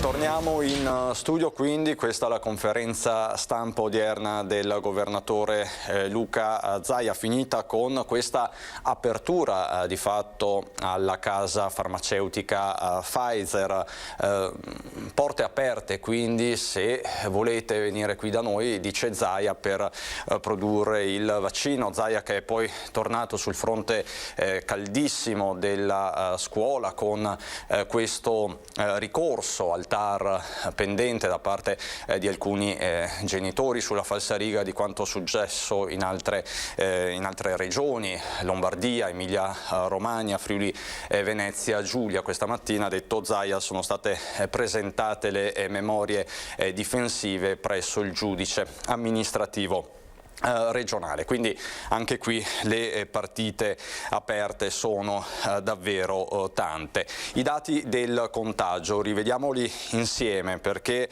continua, diciamo così, la frenata del contagio in Veneto. Nella notte ci sono stati 472 nuovi casi di positività al virus, sono sempre tanti, ma siamo lontani dalle cifre di 2 settimane fa, di una settimana fa, che erano sull'ordine di qualche migliaio. Come vedete, la provincia più interessata è quella di Verona con 97 casi, 91 Treviso, 85 Venezia, 71 Padova, poi 15 Rovigo, 7 Belluno, quindi per un totale di 472 nuovi casi. Ma vediamo insieme, soffermiamoci per un attimo sui due numeri principali che sono cartina di tornasole dell'emergenza, quindi il numero dei ricoveri in area non critica, che sono 2.603, eravamo sui 3.000 circa una settimana fa, 339 i posti letto occupati nelle terapie intensive, erano 400, 401, 402, 403 a Capodanno, quindi sono numeri che si stanno fortunatamente sgonfiando, ma anche qui il governatore Zaia continua a dire non abbassiamo la guardia. È vero, il contagio, la contabilità del contagio sta scendendo, ma dobbiamo anche tenere in considerazione quali sono anche le tendenze nelle altre regioni e negli altri paesi del mondo, dove stanno imperversando anche diverse varianti. Ormai le conosciamo, l'inglese, la sudafricana, la brasiliana, che è quella che sta incutendo, se vogliamo, più timori e preoccupazioni. Questo quindi il punto della conferenza stampa di Zaia, ma come sapete stiamo monitorando anche altri fronti. Doverosamente nella giornata di oggi c'è la partita cruciale al Senato per il governo Conte, il Premier che questa mattina si è presentato a Palazzo Madama e ha lanciato l'ultimo appello ai cosiddetti responsabili, alle forze europeiste, democratiche, non sovraniste presenti in Parlamento. Questo per arrivare ad una maggioranza la più ampia possibile, ma i numeri sono risicati, il sentiero è stretto. Anzi, in questo momento la discussione al Senato è ferma, lo possiamo vedere, la seduta è sospesa e riprenderà alle ore 13:35. Mancano ancora alcuni importanti interventi, come quello di Matteo Renzi, leader di Italia Viva, quindi interverrà nel pomeriggio, così come l'altro Matteo Salvini, leader della Lega. Quindi siamo davanti a un pomeriggio molto intenso sul fronte politico, ma dal punto di vista politico c'è un caso anche in Veneto che seguiremo, perché di fatto a Palazzo Ferrofini, sede del Consiglio regionale, è stata presentata, lo sapete ormai, una mozione per censure nei confronti dell'assessore regionale all'istruzione e al lavoro Elena Donazzan. I fatti contestati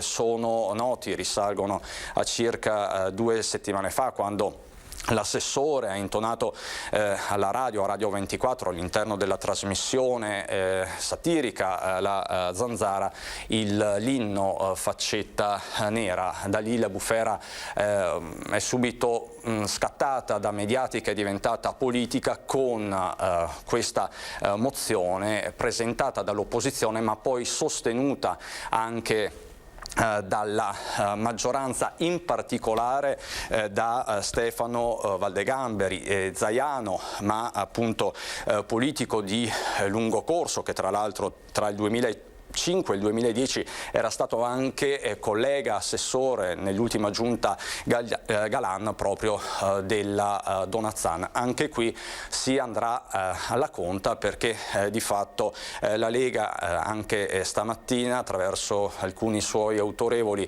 esponenti, ha dato una sorta di ultimatum alla Donazzan, chiedendo di scusarsi senza se e senza ma per l'appunto ci collegheremo anche con Palazzo Ferrofini, dove per noi c'è Ilaria Marchiori. Io direi a questo punto di andare solo per qualche istante in pubblicità, poi abbiamo diversi aggiornamenti anche sul fronte della cronaca. A dopo.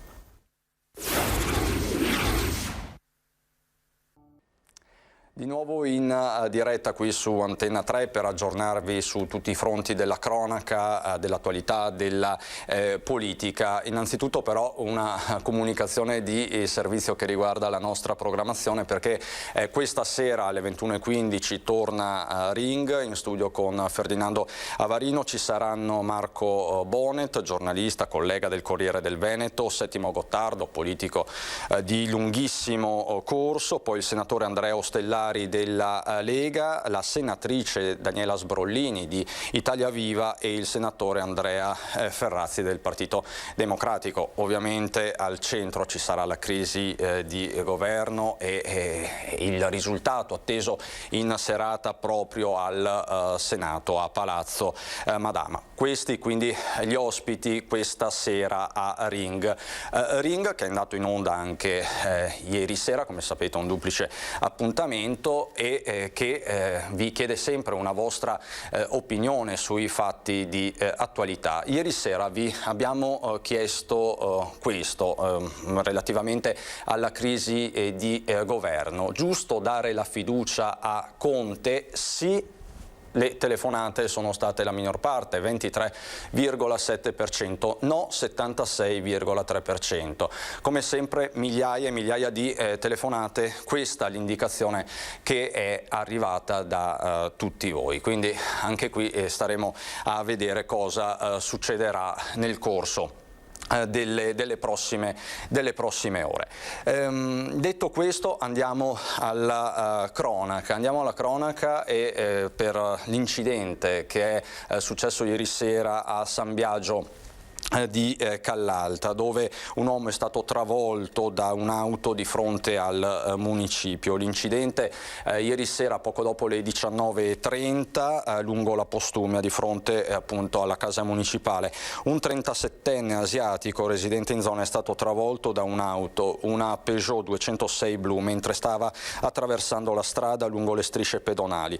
Alla guida del mezzo c'era una donna che ha prestato le prime cure al malcapitato che aveva appena preso una pizza da asporto. Sul posto intervenuti medico e infermieri del SUEM 118 che hanno trasportato il ferito al pronto soccorso dell'ospedale Cafoncello di Treviso. A svolgere i rilievi la polizia stradale di Treviso. L'auto che lo ha travolto stava procedendo in direzione Ponte di Piave. È stato ricoverato in condizioni gravissime, resta ricoverato anche in queste ore in condizioni gravissime. Andiamo adesso invece a Padova, dove la questione, una delle questioni principali non solo a Padova in realtà è quella dei ristoratori dopo la settimana di mobilitazione, la scorsa con le diverse proteste, e una proposta invece in particolare quella di fornire il servizio mensa da parte dei ristoratori, un'idea che però proprio in queste ore ha ricevuto uno stop da parte della prefettura di Padova.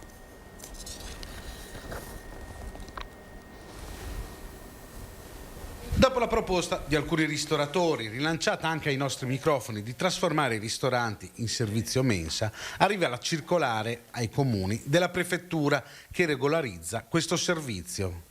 Una sorta di stop del prefetto Franceschelli che spiega come sia necessario avere il codice Ateco apposito per offrire questo servizio. Si sottolinea inoltre che gli esercizi che intendono effettuare i servizi di mensa o catering continuativo su base contrattuale devono avere i requisiti necessari sia tecnici che amministrativi sotto la vigilanza degli organi comunali.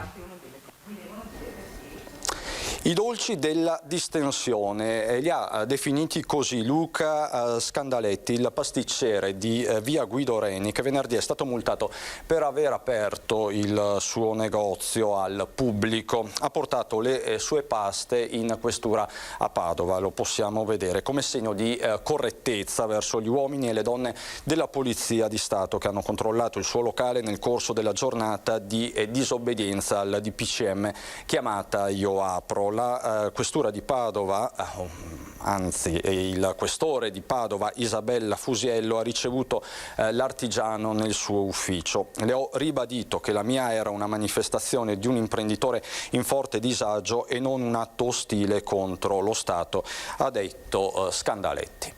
Questa quindi una storia che va assolutamente sottolineata. A proposito di ristori, tra l'altro, un passaggio importante è stato fatto questa mattina dal Premier Conte in aula, forse vale la pena risentirlo. Conte di fatto ha ammesso che questi ristori non sono pieni, non sono stati al 100%. È una missione importante soprattutto fatta appunto dal Premier. Sentiamolo per un attimo. Tutta politica poi è stata la scelta di destinare, anche ricorrendo a ripetuti progressivi scostamenti di bilancio, ingenti risorse, più di 100 miliardi di euro in termini di indebitamento netto, a sostegno di lavoratori, imprese, famiglie, categorie fragili, con ristori in qualche misura correlati rispetto alle perdite subite, anche se, come ho precisato ieri, non volevo certo e non intendo certo dire che questi ristori sono sufficienti a compensare integralmente le perdite subite. E sono questi interventi che ci hanno concesso di poter erigere una cintura di protezione sociale ed economica è stata apprezzata anche da illustri economisti come il premio Nobel Krugman. Ecco, cita Krugman il premier Conte, ma rimaniamo sempre in tema di ristoranti, bar. C'è una fattispecie particolare, quella dei circoli. Sono chiusi da febbraio 2020 e da allora pare che dei bar, delle associazioni sportive, del volontariato e dei circoli sociali tutti si siano dimenticati, e da Padova parte un appello. Bar aperti ma circoli chiusi da febbraio 2020. Una discriminazione che non aiuta il paese, dice il Forum Veneto del Terzo Settore, che dopo 10 mesi di silenzio e mancati introiti ha deciso di non tacere più. Vanno riaperte in qualche modo, chiede anche le attività di vendita di cibo e bevande riservate ai soci, per ripristinare la solidarietà. Un'esigenza per la quale si ricorre spesso all'aiuto, guarda caso, proprio del terzo settore. Però il terzo settore, il volontariato, è fatto di luoghi fisici, è fatto di luoghi di aggregazione che in questo momento sono per la maggior parte fermi, nonostante che ci siamo attrezzati per tempo. Sono 30.000 in Veneto, circa 5.000 a Padova, le realtà di volontariato attive soprattutto nella cultura, lo sport e la solidarietà. Nei piccoli centri e nelle periferie sono l'unica occasione di socialità. Secondo noi si sta perdendo anche l'opportunità per raggiungere anche quei soggetti che possono avere più bisogno di essere, tra virgolette, intercettati e aiutati anche dai servizi pubblici. Riaprire le porte per un caffè o un pasto caldo scongiurerebbe l'interruzione definitiva dell'importante rete di solidarietà e socialità che vi è collegata. L'appello ai parlamentari e ai componenti del governo veneti. Sapersi fare interpreti anche della specificità, della maturità con cui le nostre realtà sono organizzate, in modo da, come dire, richiedere le giuste non eccezioni, perché qui non si tratta di fare eccezione alla regola, ma valorizzazione di quelle eccellenze che modestamente abbiamo e che possono consentire al sistema pubblico-privato della sussidiarietà di mettere in campo delle risposte ai nuovi bisogni che stanno emergendo. Quello che però verrebbe a mancare è la presenza sul territorio di organismi organizzati e capaci, in sinergia con il pubblico, che deve sempre avere la regia, di appunto raccogliere queste esigenze che saranno sempre più diffuse e drammatiche.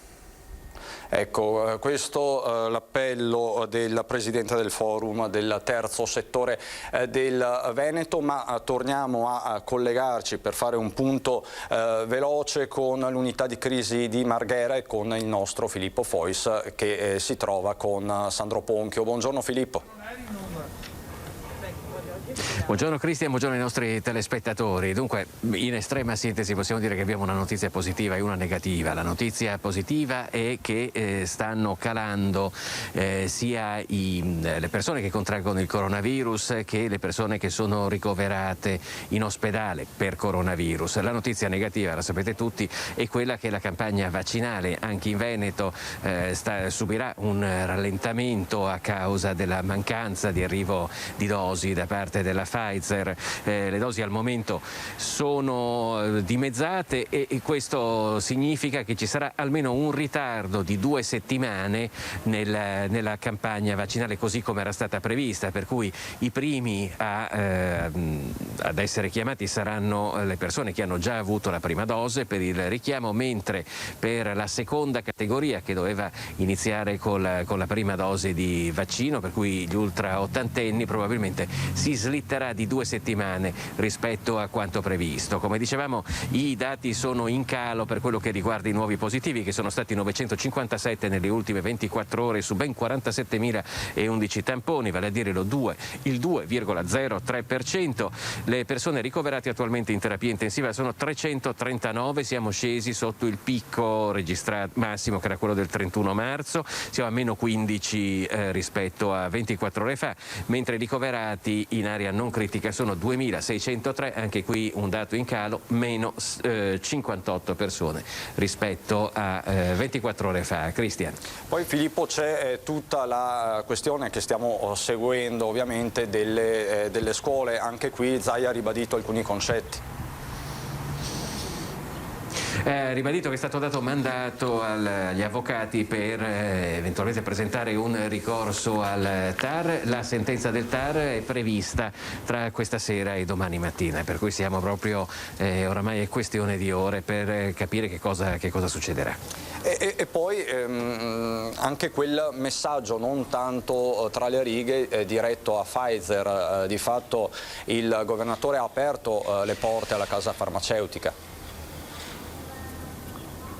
Sì, esatto, il Veneto è pronto, nel senso di regione, a fare da tramite se l'azienda, la Pfizer, volesse produrre dosi vaccinali anche da noi. Naturalmente si tratterebbe di trovare delle imprese, delle aziende farmaceutiche disposte a partecipare, ma insomma si potrebbe, ha detto Zaia, da questo punto di vista c'è la disponibilità dell'amministrazione regionale a farsi da tramite per poter produrre anche in Veneto dosi di questo vaccino.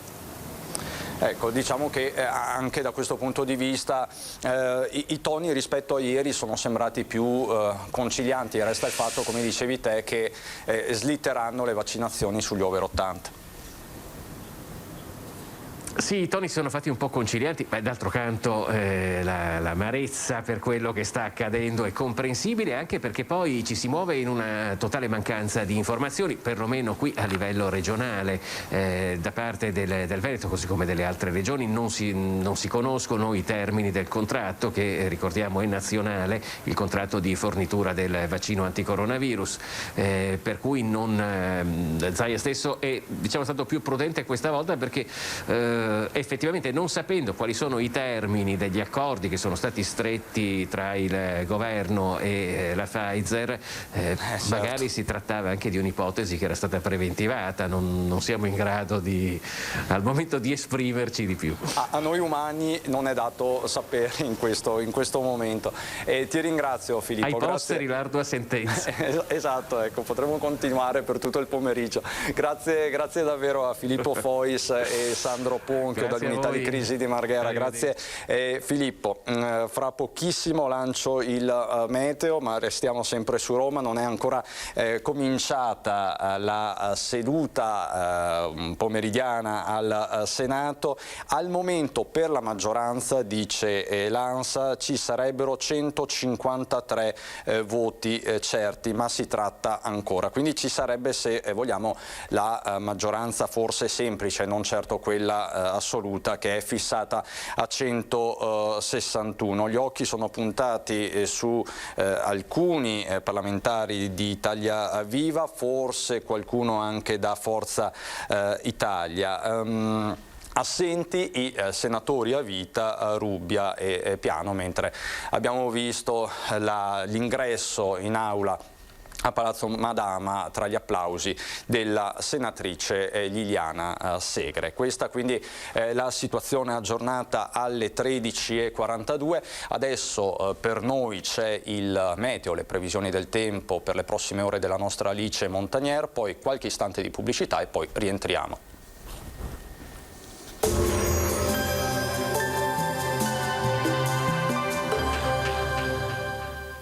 Benetton, centro assistenza tecnica per caldaia a gas, condizionatori e termoregolazioni. Dal 1976, al vostro servizio con professionalità e cortesia. Benvenuti al meteo. Temporaneo aumento della pressione, tempo in prevalenza stabile. Sarà una giornata ancora fredda, ma il gelo russo verrà gradualmente sostituito da correnti più miti nel corso della settimana. Vediamo la situazione nel dettaglio. Sul Veneto la grafica di martedì 19 gennaio ci mostra una situazione tutto sommato tranquilla, precipitazioni assenti. Avremo però nubi basse e nebbie, a tratti anche fitte e persistenti un po' per tutto l'arco della giornata, specie in pianura. Non si escludono delle schiarite maggiormente soleggiate invece sulle zone montane. Come detto, il clima sarà rigido con temperature minime sotto lo zero, un po' su tutte le province della nostra regione, massime invece tra i 2 e i 4 gradi. Ci spostiamo ora sul Friuli Venezia Giulia, più sole qui, tuttavia con locali addensamenti e con riduzioni della visibilità nelle ore più fredde. Temperature minime sopra lo zero solo a Trieste, valori massimi invece sui 5-7 gradi. Infine poche novità sul Trentino Alto Adige, anche qui sarà asciutto e soleggiato, vedete il cielo sarà al massimo poco nuvoloso con qualche innocuo addensamento. Temperature minime ancora ampiamente sotto lo zero, massime sui 2 gradi. Dal meteo di Antenna 3 per ora è tutto, grazie per l'attenzione e arrivederci al prossimo aggiornamento.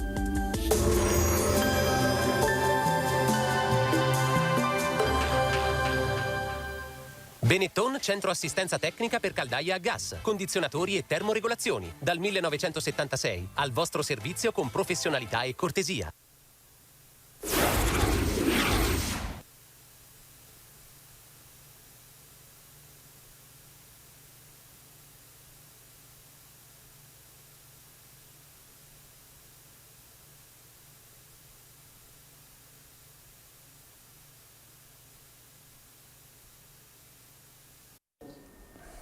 Di nuovo in onda, in studio, colleghiamoci per qualche istante con Palazzo Madama, è ripresa la discussione, ha preso la parola Adolfo Urso di Fratelli d'Italia.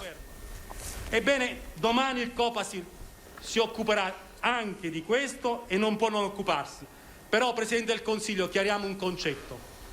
Lei prima, parla a lei anche se non c'è, ha detto che la riforma dei servizi è di competenza del Parlamento. Certo, è di competenza del Parlamento. Peccato lei stesso ha espropriato di queste competenze il Parlamento quando qualche mese fa ha modificato radicalmente la norma sulle nomine di direttori delle agenzie con un blitz nelle tenebre, così è stato definito dalla maggioranza, e imponendolo al Parlamento e costringendolo con un voto di fiducia. Lei stesso ha fatto quel blitz modificando una legge che oggi dice essere competenza esclusiva del Parlamento. Di cosa parliamo? Vogliamo capirlo anche noi, perché questi linguaggi, queste accuse, queste recriminazioni, questo furor di sciabole non fanno piacere al Parlamento. 5 Stelle, ogni pagina che voltate è sempre più torbida, più misteriosa, più intrigante, altro che trasparenza. Il Paese lo deve sapere, deve capire, e concludo, perché in questa verifica, più importante della compagine di governo, più importante del recovery fund, più importante persino della lega ai servizi segreti, cosa nascondete tra di voi o cosa minacciate tra di voi? Il Paese lo deve sapere, lo saprà, perché state tranquilli, lo dico a Renzi innanzitutto che utilizza questo linguaggio, lo dico al Presidente del Consiglio Conte, state sereni entrambi, noi accerteremo i fatti.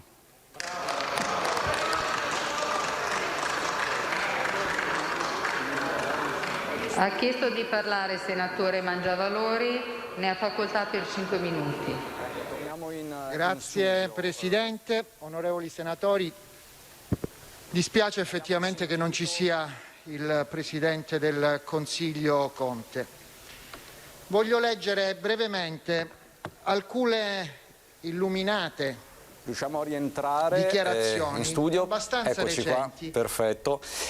Avete sentito il passaggio importante di Adolfo Urso. Adolfo Urso che è esponente di Fratelli d'Italia, è molto noto anche a Nord-Est, è stato eletto più volte anche nella nostra regione, ma perché sono importanti le parole di Adolfo Urso? Perché Adolfo Urso è vicepresidente della commissione sui servizi segreti e sappiamo che uno dei nodi principali proprio di questa crisi di governo aperta dal leader di Italia Viva Matteo Renzi ruota attorno al ruolo del Premier Conte sui servizi segreti e su questa mancata delega che appunto lo stesso Premier però ha rimesso sul tavolo nella giornata di ieri, quindi i toni utilizzati da Urso sono stati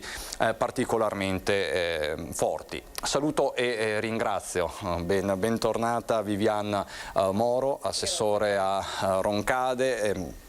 è da sempre impegnata in politica, soprattutto sul fronte delle autonomie. So che è collegato con noi via Skype anche Emanuele Crosato, dovrebbe esserci, eccolo, Emanuele Crosato, anche lui amministratore locale ma esponente anche di Forza Italia. Fra poco poi ci raggiungeranno anche altri ospiti e ci collegheremo poi con Palazzo Ferrofini, perché a Palazzo Ferrofini c'è un importante rendezvous nella giornata di oggi. Prima appunto ve l'ho preannunciato, e quindi la mozione per censure nei confronti dell'assessore regionale Elena Donazzan, che circa 10 giorni fa alla radio aveva intonato la canzone Faccetta Nera. Quindi i fronti politici sono tanti in questa giornata. Moro. Sono davvero tanti, è difficile sceglierne uno da cui partire, ma partiamo da questa crisi di governo in corso. Da amministratrice locale, cosa ne pensa? Che sensazioni ha? Beh, sicuramente una crisi di governo a tutti i livelli è un momento che ha delle ripercussioni che solitamente noi vediamo nel breve termine, ma che poi in realtà sono ripercussioni nel lungo termine. Il problema di questo Paese praticamente da sempre è che ci ritroviamo in una condizione che ogni volta che si va al voto e che quindi inizia una nuova legislatura, si rimane in bilico per 5 anni non è un'eccezione, ma è diventata la prassi. Guardiamo gli ultimi decenni, il numero di governi che ci sono succeduti, un po' di tutti gli schieramenti, danno l'idea di come sia difficile governare in realtà in un paese come il nostro. Se penso che da amministratori locali insomma già è difficile portare a volte in consiglio comunale delle decisioni importanti quando non si ha la certezza di avere una compattezza assoluta del gruppo di maggioranza su queste, quindi immagino, anzi dico, si può ben immaginare che cosa sia questo a livello nazionale. Al di là di tutto, rispetto a questa crisi di governo, io credo che Renzi ovviamente è stato additato come il responsabile che ha causato e che ha portato a questa situazione. Io penso che in questo momento onestamente a nessuna delle parti convenga cedere e aprire un fronte per un nuovo governo. Io penso che in realtà si riuscirà, se non proprio a trovare tutti i numeri al Senato, però in qualche modo ad arrivare almeno a continuare la legislatura fino a giugno, perché poi si aprirà il semestre bianco che sono appunto i 6 mesi prima dell'elezione del Presidente della Repubblica, e quindi non si può andare al voto. In questo contesto ovviamente tutto quello che c'è da fare e soprattutto misure strutturali sono letteralmente impossibili da prendere, e quindi questo è poi alla fine il prezzo più caro che questo Paese si trova sempre a pagare.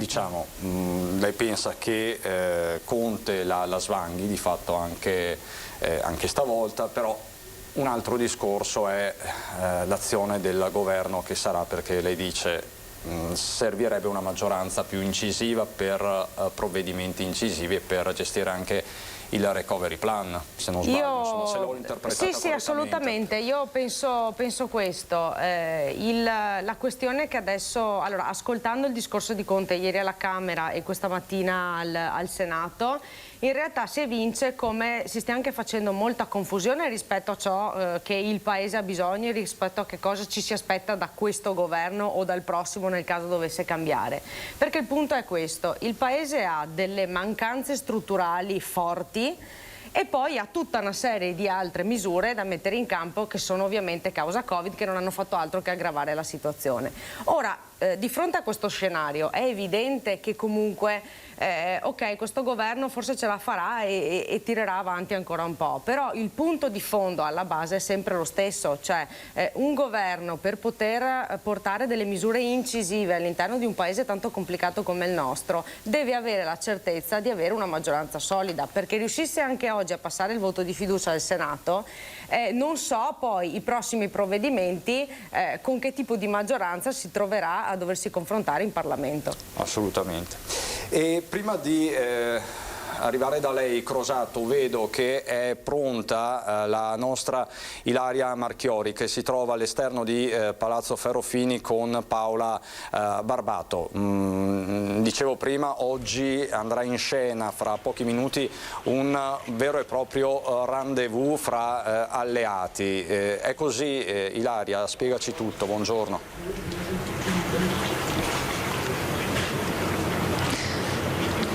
Sì, buongiorno Cristian, buongiorno a tutti i telespettatori. Siamo proprio qui all'ingresso di Palazzo Ferrofini in attesa di poter entrare, visto che, come hai annunciato, tra pochissimi minuti inizierà questa seduta qui del Consiglio regionale e inizierà proprio trattando il caso dell'assessore Elena Donazzan, che alcuni giorni fa ha cantato Faccetta Nera nel corso di una trasmissione alla radio, e dunque per questo poi si sono scatenate tutte le conseguenti polemiche. In realtà tutto è incentrato su quanto dirà l'assessore, ovvero se arriveranno o meno le sue scuse, perché sono queste le dichiarazioni da più parti politiche che sono arrivate proprio finora. Dipende tutto da lei, in poche parole, dal fatto che si scusi o meno. La Lega non assolve dunque a priori l'assessore Elena Donazzan, ma prima ci si riserverà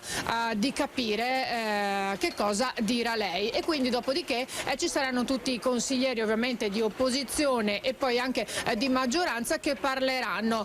La cosa potrebbe durare anche più di un'ora, dunque intorno anche circa alle 3 ore, proprio per capire il susseguirsi della questione. Ricordiamo tra l'altro, Cristian, che è la prima volta in una seduta in 50 anni di storia del Consiglio regionale che si metterà ai voti una mozione di riserve. In realtà però è giusto dire che anche se questa mozione venisse approvata non comporterebbe alcunché, proprio perché il governatore Zaia potrebbe non prenderla in considerazione e mantenere l'assessore Elena Donazzan in giunta. Ricordiamo che proprio all'indomani dell'episodio il governatore Luca Zaia aveva detto nel corso della sua conferenza stampa quotidiana che secondo lui l'assessore si sarebbe dovuta comunque scusare, dunque aveva già espresso la sua opinione. Ora invece non ci resterà che capire che cosa accadrà in questa seduta del Consiglio regionale, quale sarà l'esito, soprattutto che cosa dichiarerà, quali saranno le parole dell'assessore Donazzan, che viene appunto per così dire processata, e dunque poi si cercherà di capire anche quali saranno le mosse del governatore Zaia. Dunque noi, se non ci sono altre domande dallo studio, entreremo qui per assistere a questa importante seduta del Consiglio regionale. Bene, hai fatto benissimo a sottolineare che la mozione per censure è diversa da una mozione di sfiducia. Resta ovviamente un caso politico, come dicevi sempre te, di primissimo piano, perché è indubbio che se la maggioranza non trovasse compattezza si aprirebbe anche un caso nazionale tra alleati di governo, tra alleati nel centro-destra, tra la Lega di Salvini, in questo caso di Zaia, e Fratelli d'Italia.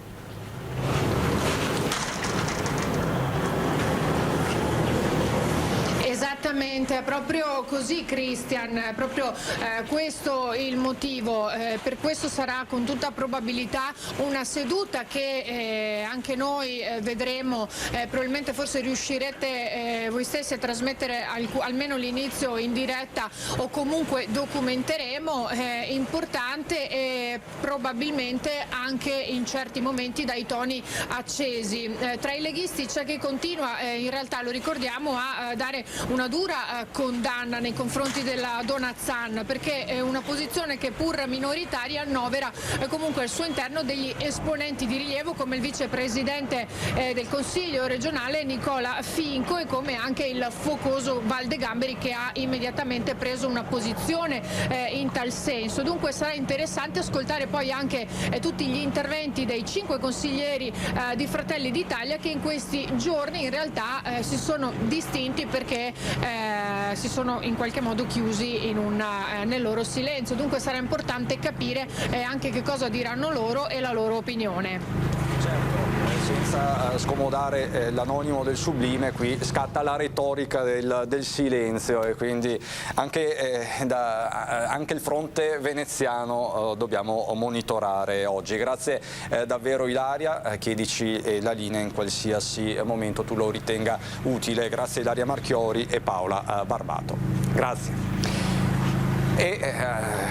Ovviamente devo fare questa domanda a Emanuele Crosato, quindi entro subito a gamba tesa. Crosato, lei è esponente di Forza Italia, cosa dovrebbe fare la Donazzan secondo lei? Beh, innanzitutto buongiorno a tutti, ciao Vivienne. Ciao Emanuele. È difficile. Fortunatamente non rientra più in Forza Italia e quindi è un problema di un altro partito. Certo che guardo ad Elena con grande rispetto perché è un assessore di assoluto livello, i numeri, l'esperienza, i risultati sui fondi strutturali che di sua responsabilità sono senza dubbio importanti. Quindi per questo il massimo rispetto. Ricordiamo anche che la Zanzara fa satira, quindi forse si è fatta un po' troppo, è entrata un po' troppo in quella scena e sono anche bravissimi diciamo ad attirarle in dei tranelli i commentatori vari della Zanzara, quindi magari forse anche quello. Aspettiamo oggi perché, come diceva la vostra inviata, sarà molto interessante capire il Consiglio come si esprime. Quindi Lei Crosato dice bene, evidenzia l'atmosfera goliardica della Zanzara. Allo stesso tempo però pare che forse qualcuno della Lega fosse in attesa di un assist, o no? Non la voglio mettere in difficoltà, ma insomma. No, ma io rispondo molto serenamente, guardi.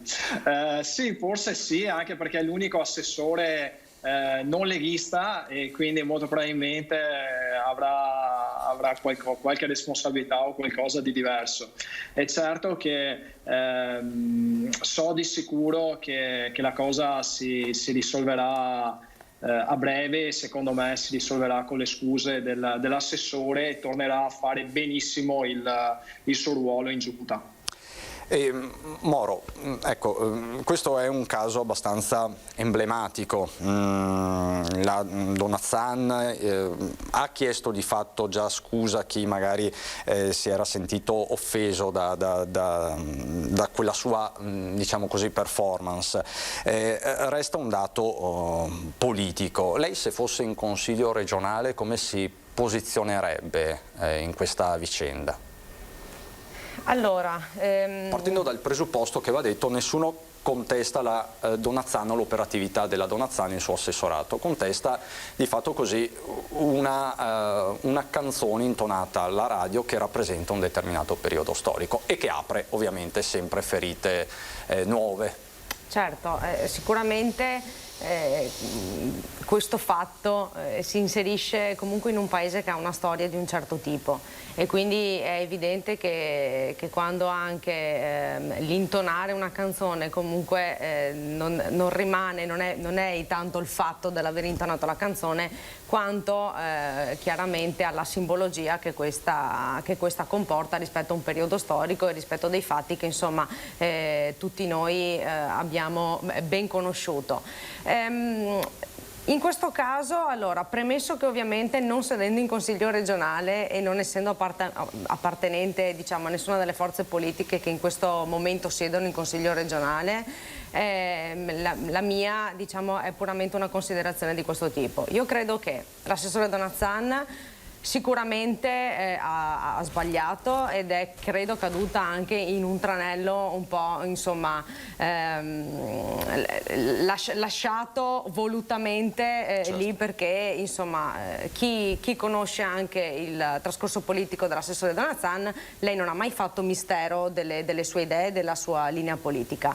A questo però aggiungo un'altra cosa, che le scuse sono doverose e obbligate. Però lei siede anche in Consiglio regionale prima di essere nominata assessore a fronte di un numero di preferenze non indifferenti, cioè i cittadini, conoscendo comunque l'assessore Donazzan e quello che è anche il suo trascorso politico, l'hanno votata in massa, quindi lei siede legittimamente in Consiglio regionale e questo è un dato che comunque è da prendere in considerazione. Rispetto al fatto di aver intonato quella canzone, io suggerirei che oltre le scuse magari si potrebbe nei mesi successivi, come operato anche dall'assessore all'istruzione della Regione Veneto, operare in un senso più, come dire, di ricordare quella che è la nostra storia, di modo da fugare ogni dubbio rispetto a possibili prese di posizione in tal senso. Chiarissima.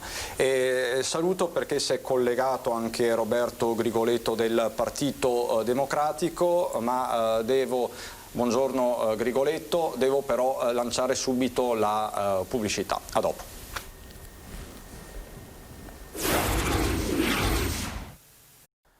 Allora, rieccoci in studio, è iniziata anche la seduta proprio in questi istanti del Consiglio regionale del Veneto, non c'è ancora all'ordine del giorno il caso Donazzan, sentiamo solo un attimo. I pazienti che usufruiscono dell'assistenza domiciliare medica e che quindi presentano malattie rare. Ancora ci sono alcune comunicazioni di servizio, ma teniamo ovviamente gli occhi ben puntati su Venezia, non solo su Roma, dove tra l'altro in questo momento sta parlando la senatrice Lonardo, Lady Mastella, quindi ci sarebbe anche questo da aggiungere in una giornata politica molto complicata. Dicevamo, ci ha raggiunto anche Roberto Grigoletto del Partito Democratico. Grigoletto, le chiedo in maniera telegrafica cosa dovrebbe fare Donazzan e cosa si augura avvenga in Consiglio regionale? Penso che dovrebbe iscriversi per partecipare al prossimo Festival di Sanremo. Mi sembra che abbia dimostrato delle abilità canore e si è deciso di cambiare mestiere e si mette a cantare. Mi sembra che insomma al di là della scelta, voglio dire, di esibirsi in una trasmissione certamente satirica, ma voglio dire uno sa anche dove si trova quando fa certe cose, quindi si possono anche evitare delle provocazioni. Tra l'altro ci sono anche degli illustri precedenti, che qua a Treviso Gentilini più volte è caduto in questi tranelli, quindi credo che insomma sia stato abbastanza sconveniente da parte di un assessore regionale prestarsi a questo gioco. E ecco, la porto come in un viaggio nello spazio a Roma, ecco, dove si consuma, diciamo, il duello finale fra il Premier Conte e Matteo Renzi di fatto. Come andrà a finire? Qual è il suo sentore da autorevole esponente del Partito Democratico? Ma bisognerebbe essere degli indovini. In realtà io, se posso essere cinico, penso che non succederà nulla, ma per il fatto che nessuno, o anzi molti di quei parlamentari che in questo momento dovranno votare la fiducia non vogliono tornare a casa perché è ancora presto, quindi c'è ancora un tratto di strada, il guadagno è abbastanza anche consistente, quindi credo che alla fine i voti di fiducia arriveranno. Non so in quale modo, ho l'impressione che probabilmente Renzi farà una marcia indietro, che si metteranno d'accordo su alcuni ministeri e che insomma ci avevano fatto perdere del tempo importante in piena pandemia. Questo è grave, penso che questo comunque qualcuno lo dovrà pur pagare, come è giusto che sia. Quindi lei dice più che la politica, l'etica politica prevarrà l'istinto di sopravvivenza. Sì, ma devo dire che non è nemmeno la prima volta che prevale questo, e a maggior ragione adesso, anche perché onestamente, se posso dire, uno di quelli che non ha sicuramente interesse ad andare a votare in questo momento è Renzi, che ha 18 senatori. Se andiamo alle elezioni, questi in Parlamento non rientrano proprio, lo vedono con il binocolo, quindi vedrà che che pur di restare troveranno il modo di far sopravvivere Conte. Crosato, si parla in queste ore, in questi minuti anche di defezioni da parte di Forza Italia, nonostante le dichiarazioni ufficiali, i summit interni al centrodestra che si sono susseguiti ieri sera, questa mattina presto. Cosa succederà in Forza Italia? Secondo lei il partito rimarrà coeso nel centrodestra o ci saranno appunto dei transfughi? Per ora abbiamo perso solo alla Camera un deputato, quindi aspettiamo le votazioni di questa sera. Certo, noi abbiamo votato la mozione del centrodestra unito, quindi noi siamo opposizione a questo governo, un'opposizione, utilizzo questa parola perché adesso la stanno utilizzando per altre cose, responsabile, nel senso che noi teniamo al benessere del cittadino, al benessere in questo momento di quello che può accadere e soprattutto evitare che la situazione pandemica si espanda o che abbia altre condizioni.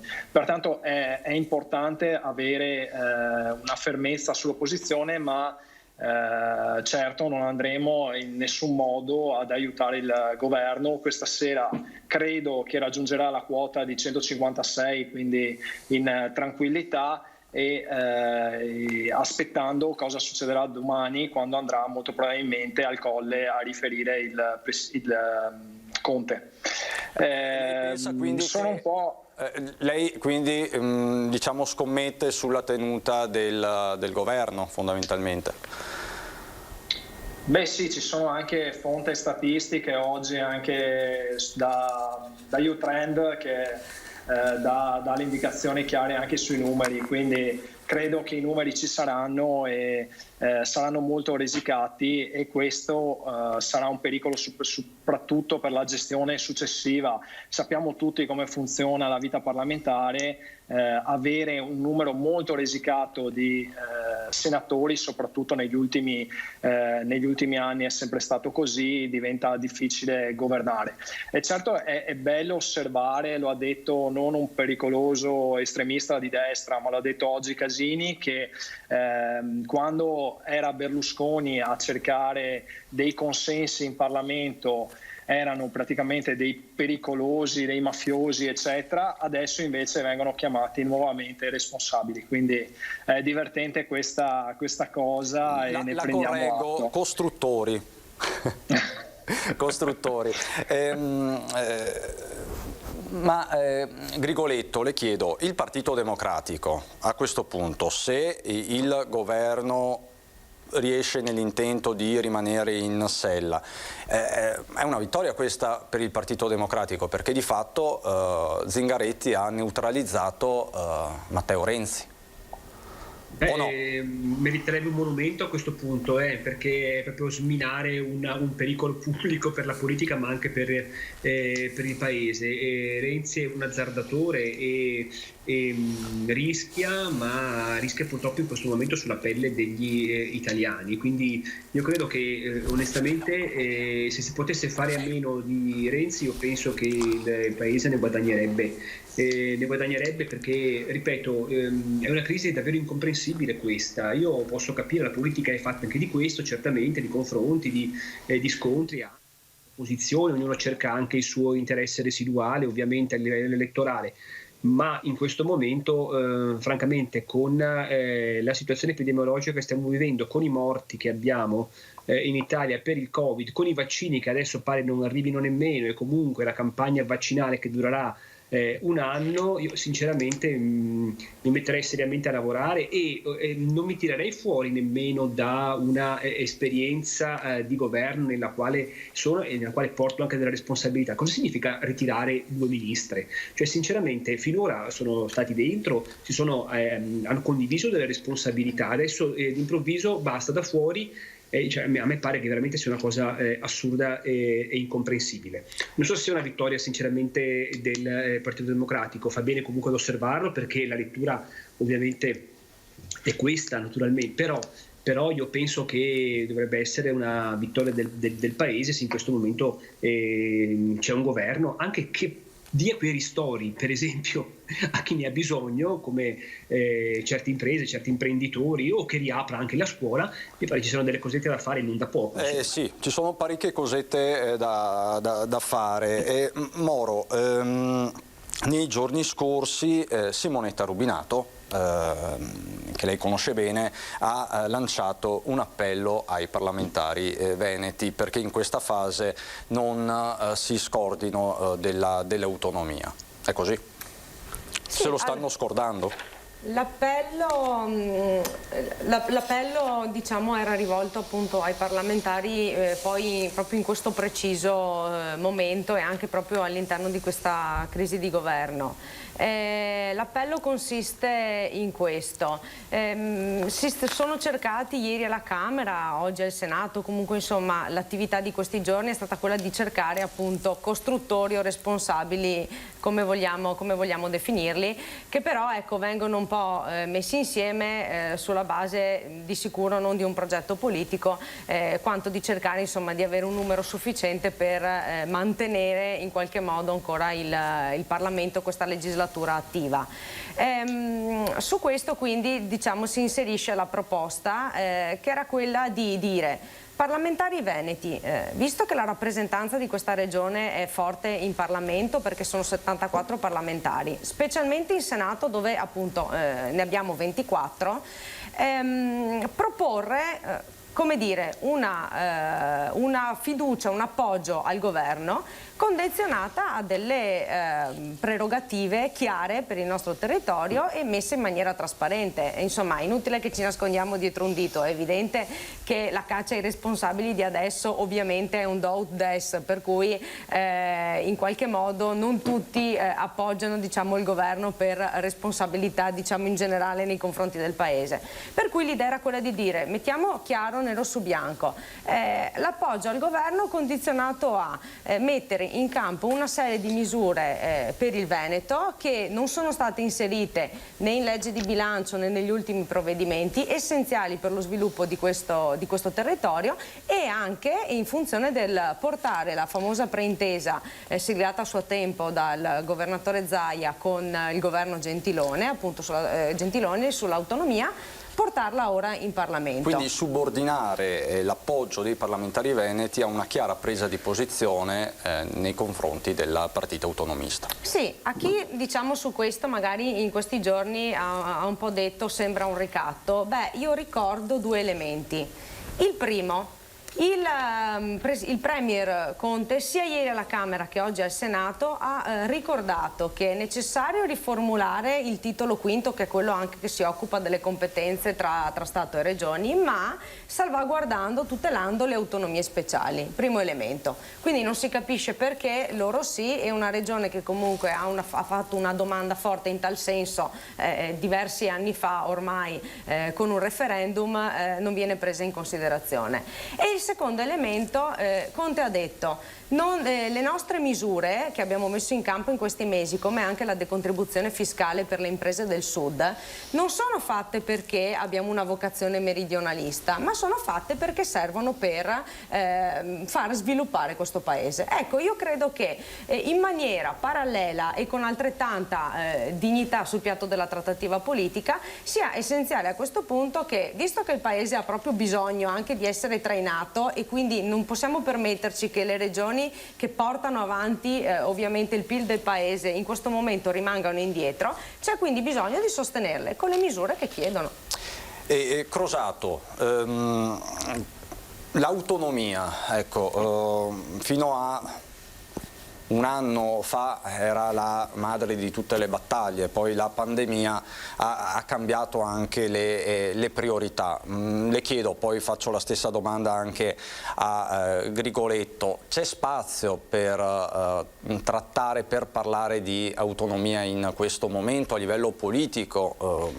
È una priorità ancora? A mio avviso in questo momento dobbiamo essere uniti, quindi penso che non sia inopportuno in questo momento andare ad avere un'autonomia se non operativa, come è avvenuto in questi mesi. Abbiamo ascoltato prima le parole del Presidente Zaia, che parlava appunto della possibilità di dare la facoltà alla produzione del vaccino, quindi ci sono magari delle iniziative che possono essere opportune o meno opportune. Certo, abbiamo visto che anche nella gestione della pandemia ci deve essere una certa regia in una materia così importante. Quindi non mi sento in questo momento di andare di nuovo a spingere a riguardo. So di certo che però ci sono dei problemi soprattutto legati a questa crisi di governo che pur giustissimo il dialogo anche all'interno delle forze di sinistra, e quindi magari anche andare a rivedere certe posizioni del Premier Conte in una posizione magari non certo, in alcune posizioni non certo liberali. Questo rischia di essere pericoloso soprattutto per quanto riguarda tutto quel filone dei ristori importantissime per le nostre attività. Abbiamo visto in questi giorni le varie proteste, dobbiamo assolutamente dare una risposta, che sia poi centrale o regionale. L'importante è che diamo una risposta in questo momento di grandissima difficoltà, perché dal momento che non avremo più i nostri imprenditori che pagano le tasse, non riusciremo più a gestire il nostro welfare. Chiarissimo. E Grigoletto, dove la mettiamo a questo punto questa autonomia? Resta una priorità? Chiedo anche a lei.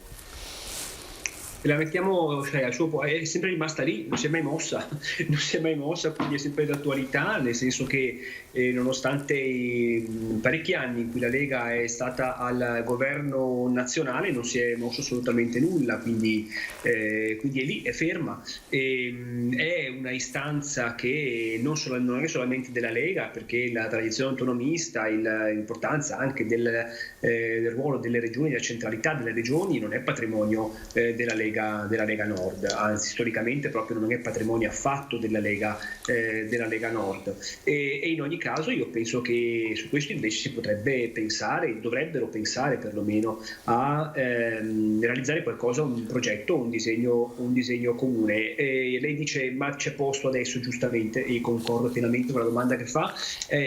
Anch'io concordo con chi mi ha preceduto. Io penso che in questo momento sia importante affrontare l'emergenza sanitaria, sia importante affrontare il problema delle terapie intensive, sia importante affrontare i vaccini, sia importante impedire alla gente di morire. Questo io penso sia doveroso fare a tutti i livelli, regionale e anche nazionale. Per il resto ci sarà sicuramente del tempo, anzi aggiungo di più, se mi permette mezzo secondo, appunto per affrontare, e raccolgo la provocazione appunto di chi mi ha preceduto, sarebbe proprio il caso di pensare piuttosto di lavorare tutti quanti insieme per uscire da questa difficile situazione. Per il resto c'è la possibilità poi di parlarne, ma a me sembra irresponsabile ora occuparsi di altro fino a quando non ne saremo usciti da questa brutta storia. Quindi mi sembrate abbastanza sia lei Grigoletto che Crosato sulla stessa lunghezza d'onda, quindi la priorità è un'altra. Certo è che adesso si apre questa partita vaccinale, lo abbiamo sentito anche prima con Zaia, che è l'ennesima partita, e come sempre Stato e Regioni non sembrano del tutto allineate. Prima o poi bisognerà anche sciogliere questa matassa istituzionale, la definirei così. Telegrafici, siamo in conclusione. Vi chiedo proprio un pronostico, come se fosse il processo del lunedì. Che cosa succederà questa sera? Il governo Conte resta, va a casa? Nulla cambi tutto cambia finché nulla cambi, per cui io credo che comunque il governo bene o male rimarrà in piedi, perché gli interessi a portarlo avanti fino a giugno sono più importanti del resto. Quindi lei Moro si appella alle leggi della fisica, penso anche Grigoletto, perché prima ce l'aveva detto, ma insomma verdetto secco anche per lei Grigoletto? Sì, anche secondo me rimarrà in piedi. Il mio auspicio personale è che rimanga in piedi senza la gamba di Renzi, ma insomma non si può aver tutto dalla vita. E se Renzi rientrasse? Se Renzi rientrasse penso che i problemi si riproporrebbero tra non molto, perché Renzi è Renzi, e lo sappiamo, l'abbiamo visto. Aveva promesso che se ne sarebbe andato anche dopo il referendum, mi pare che non abbia mantenuto la promessa, ahimè. E lei, devo dire, su Renzi ha sempre avuto una posizione molto netta e non l'ha mai cambiata, questo mi sento di dirlo, insomma. E Crosato, cosa succede questa sera? Che purtroppo non cambierà nulla. Io auspico un governo di centrodestra anche senza magari passare per le elezioni, ma prendendo atto che l'esperienza di sinistra non ha portato a questi effetti, ovvero la confusione. Grazie davvero. Emanuele Crosato, Forza Italia, assessore a Cessalto, consigliere poi con delega alla protezione civile della provincia di Treviso. Roberto Grigoletto, Partito Democratico, consigliere comunale a Treviso, già vice sindaco della città capoluogo, e grazie a Vivian Moro, assessore comunale a Roncade, autonomista convinta, questo possiamo dirlo. Allora, non vedo la Donazzan, si stanno discutendo ancora le mozioni iniziali, magari ci colleghiamo 10 secondi con il Consiglio regionale.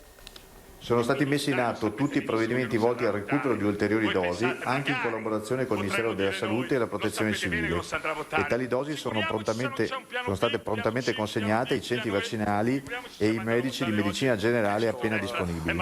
Diciamo che occorre precisare che il fabbisogno le varie domande di attualità, vi mostro poi, vediamo se riusciamo a vedere anche che cosa succede al Senato, dove c'è Massimiliano Romeo della Lega Salvini Premier. Vedo un intervento particolarmente accaldato. La quota di vaccinazioni antinfluenzali inizialmente destinate alle farmacie territoriali pari a 30.000 dosi di vaccino quadrivalente. Salvini, le due spine nel fianco del Premier Conte. Ovviamente è una crisi che vivremo minuto dopo minuto. Rientriamo in diretta questa sera alle 18:30 puntuali con l'edizione regionale, alle 19 Venezia, 19:30 Treviso e Belluno. Saluto e ringrazio Renato Capoia e Simone Merlo in plancia di comando. A tutti voi un buon proseguimento di giornata.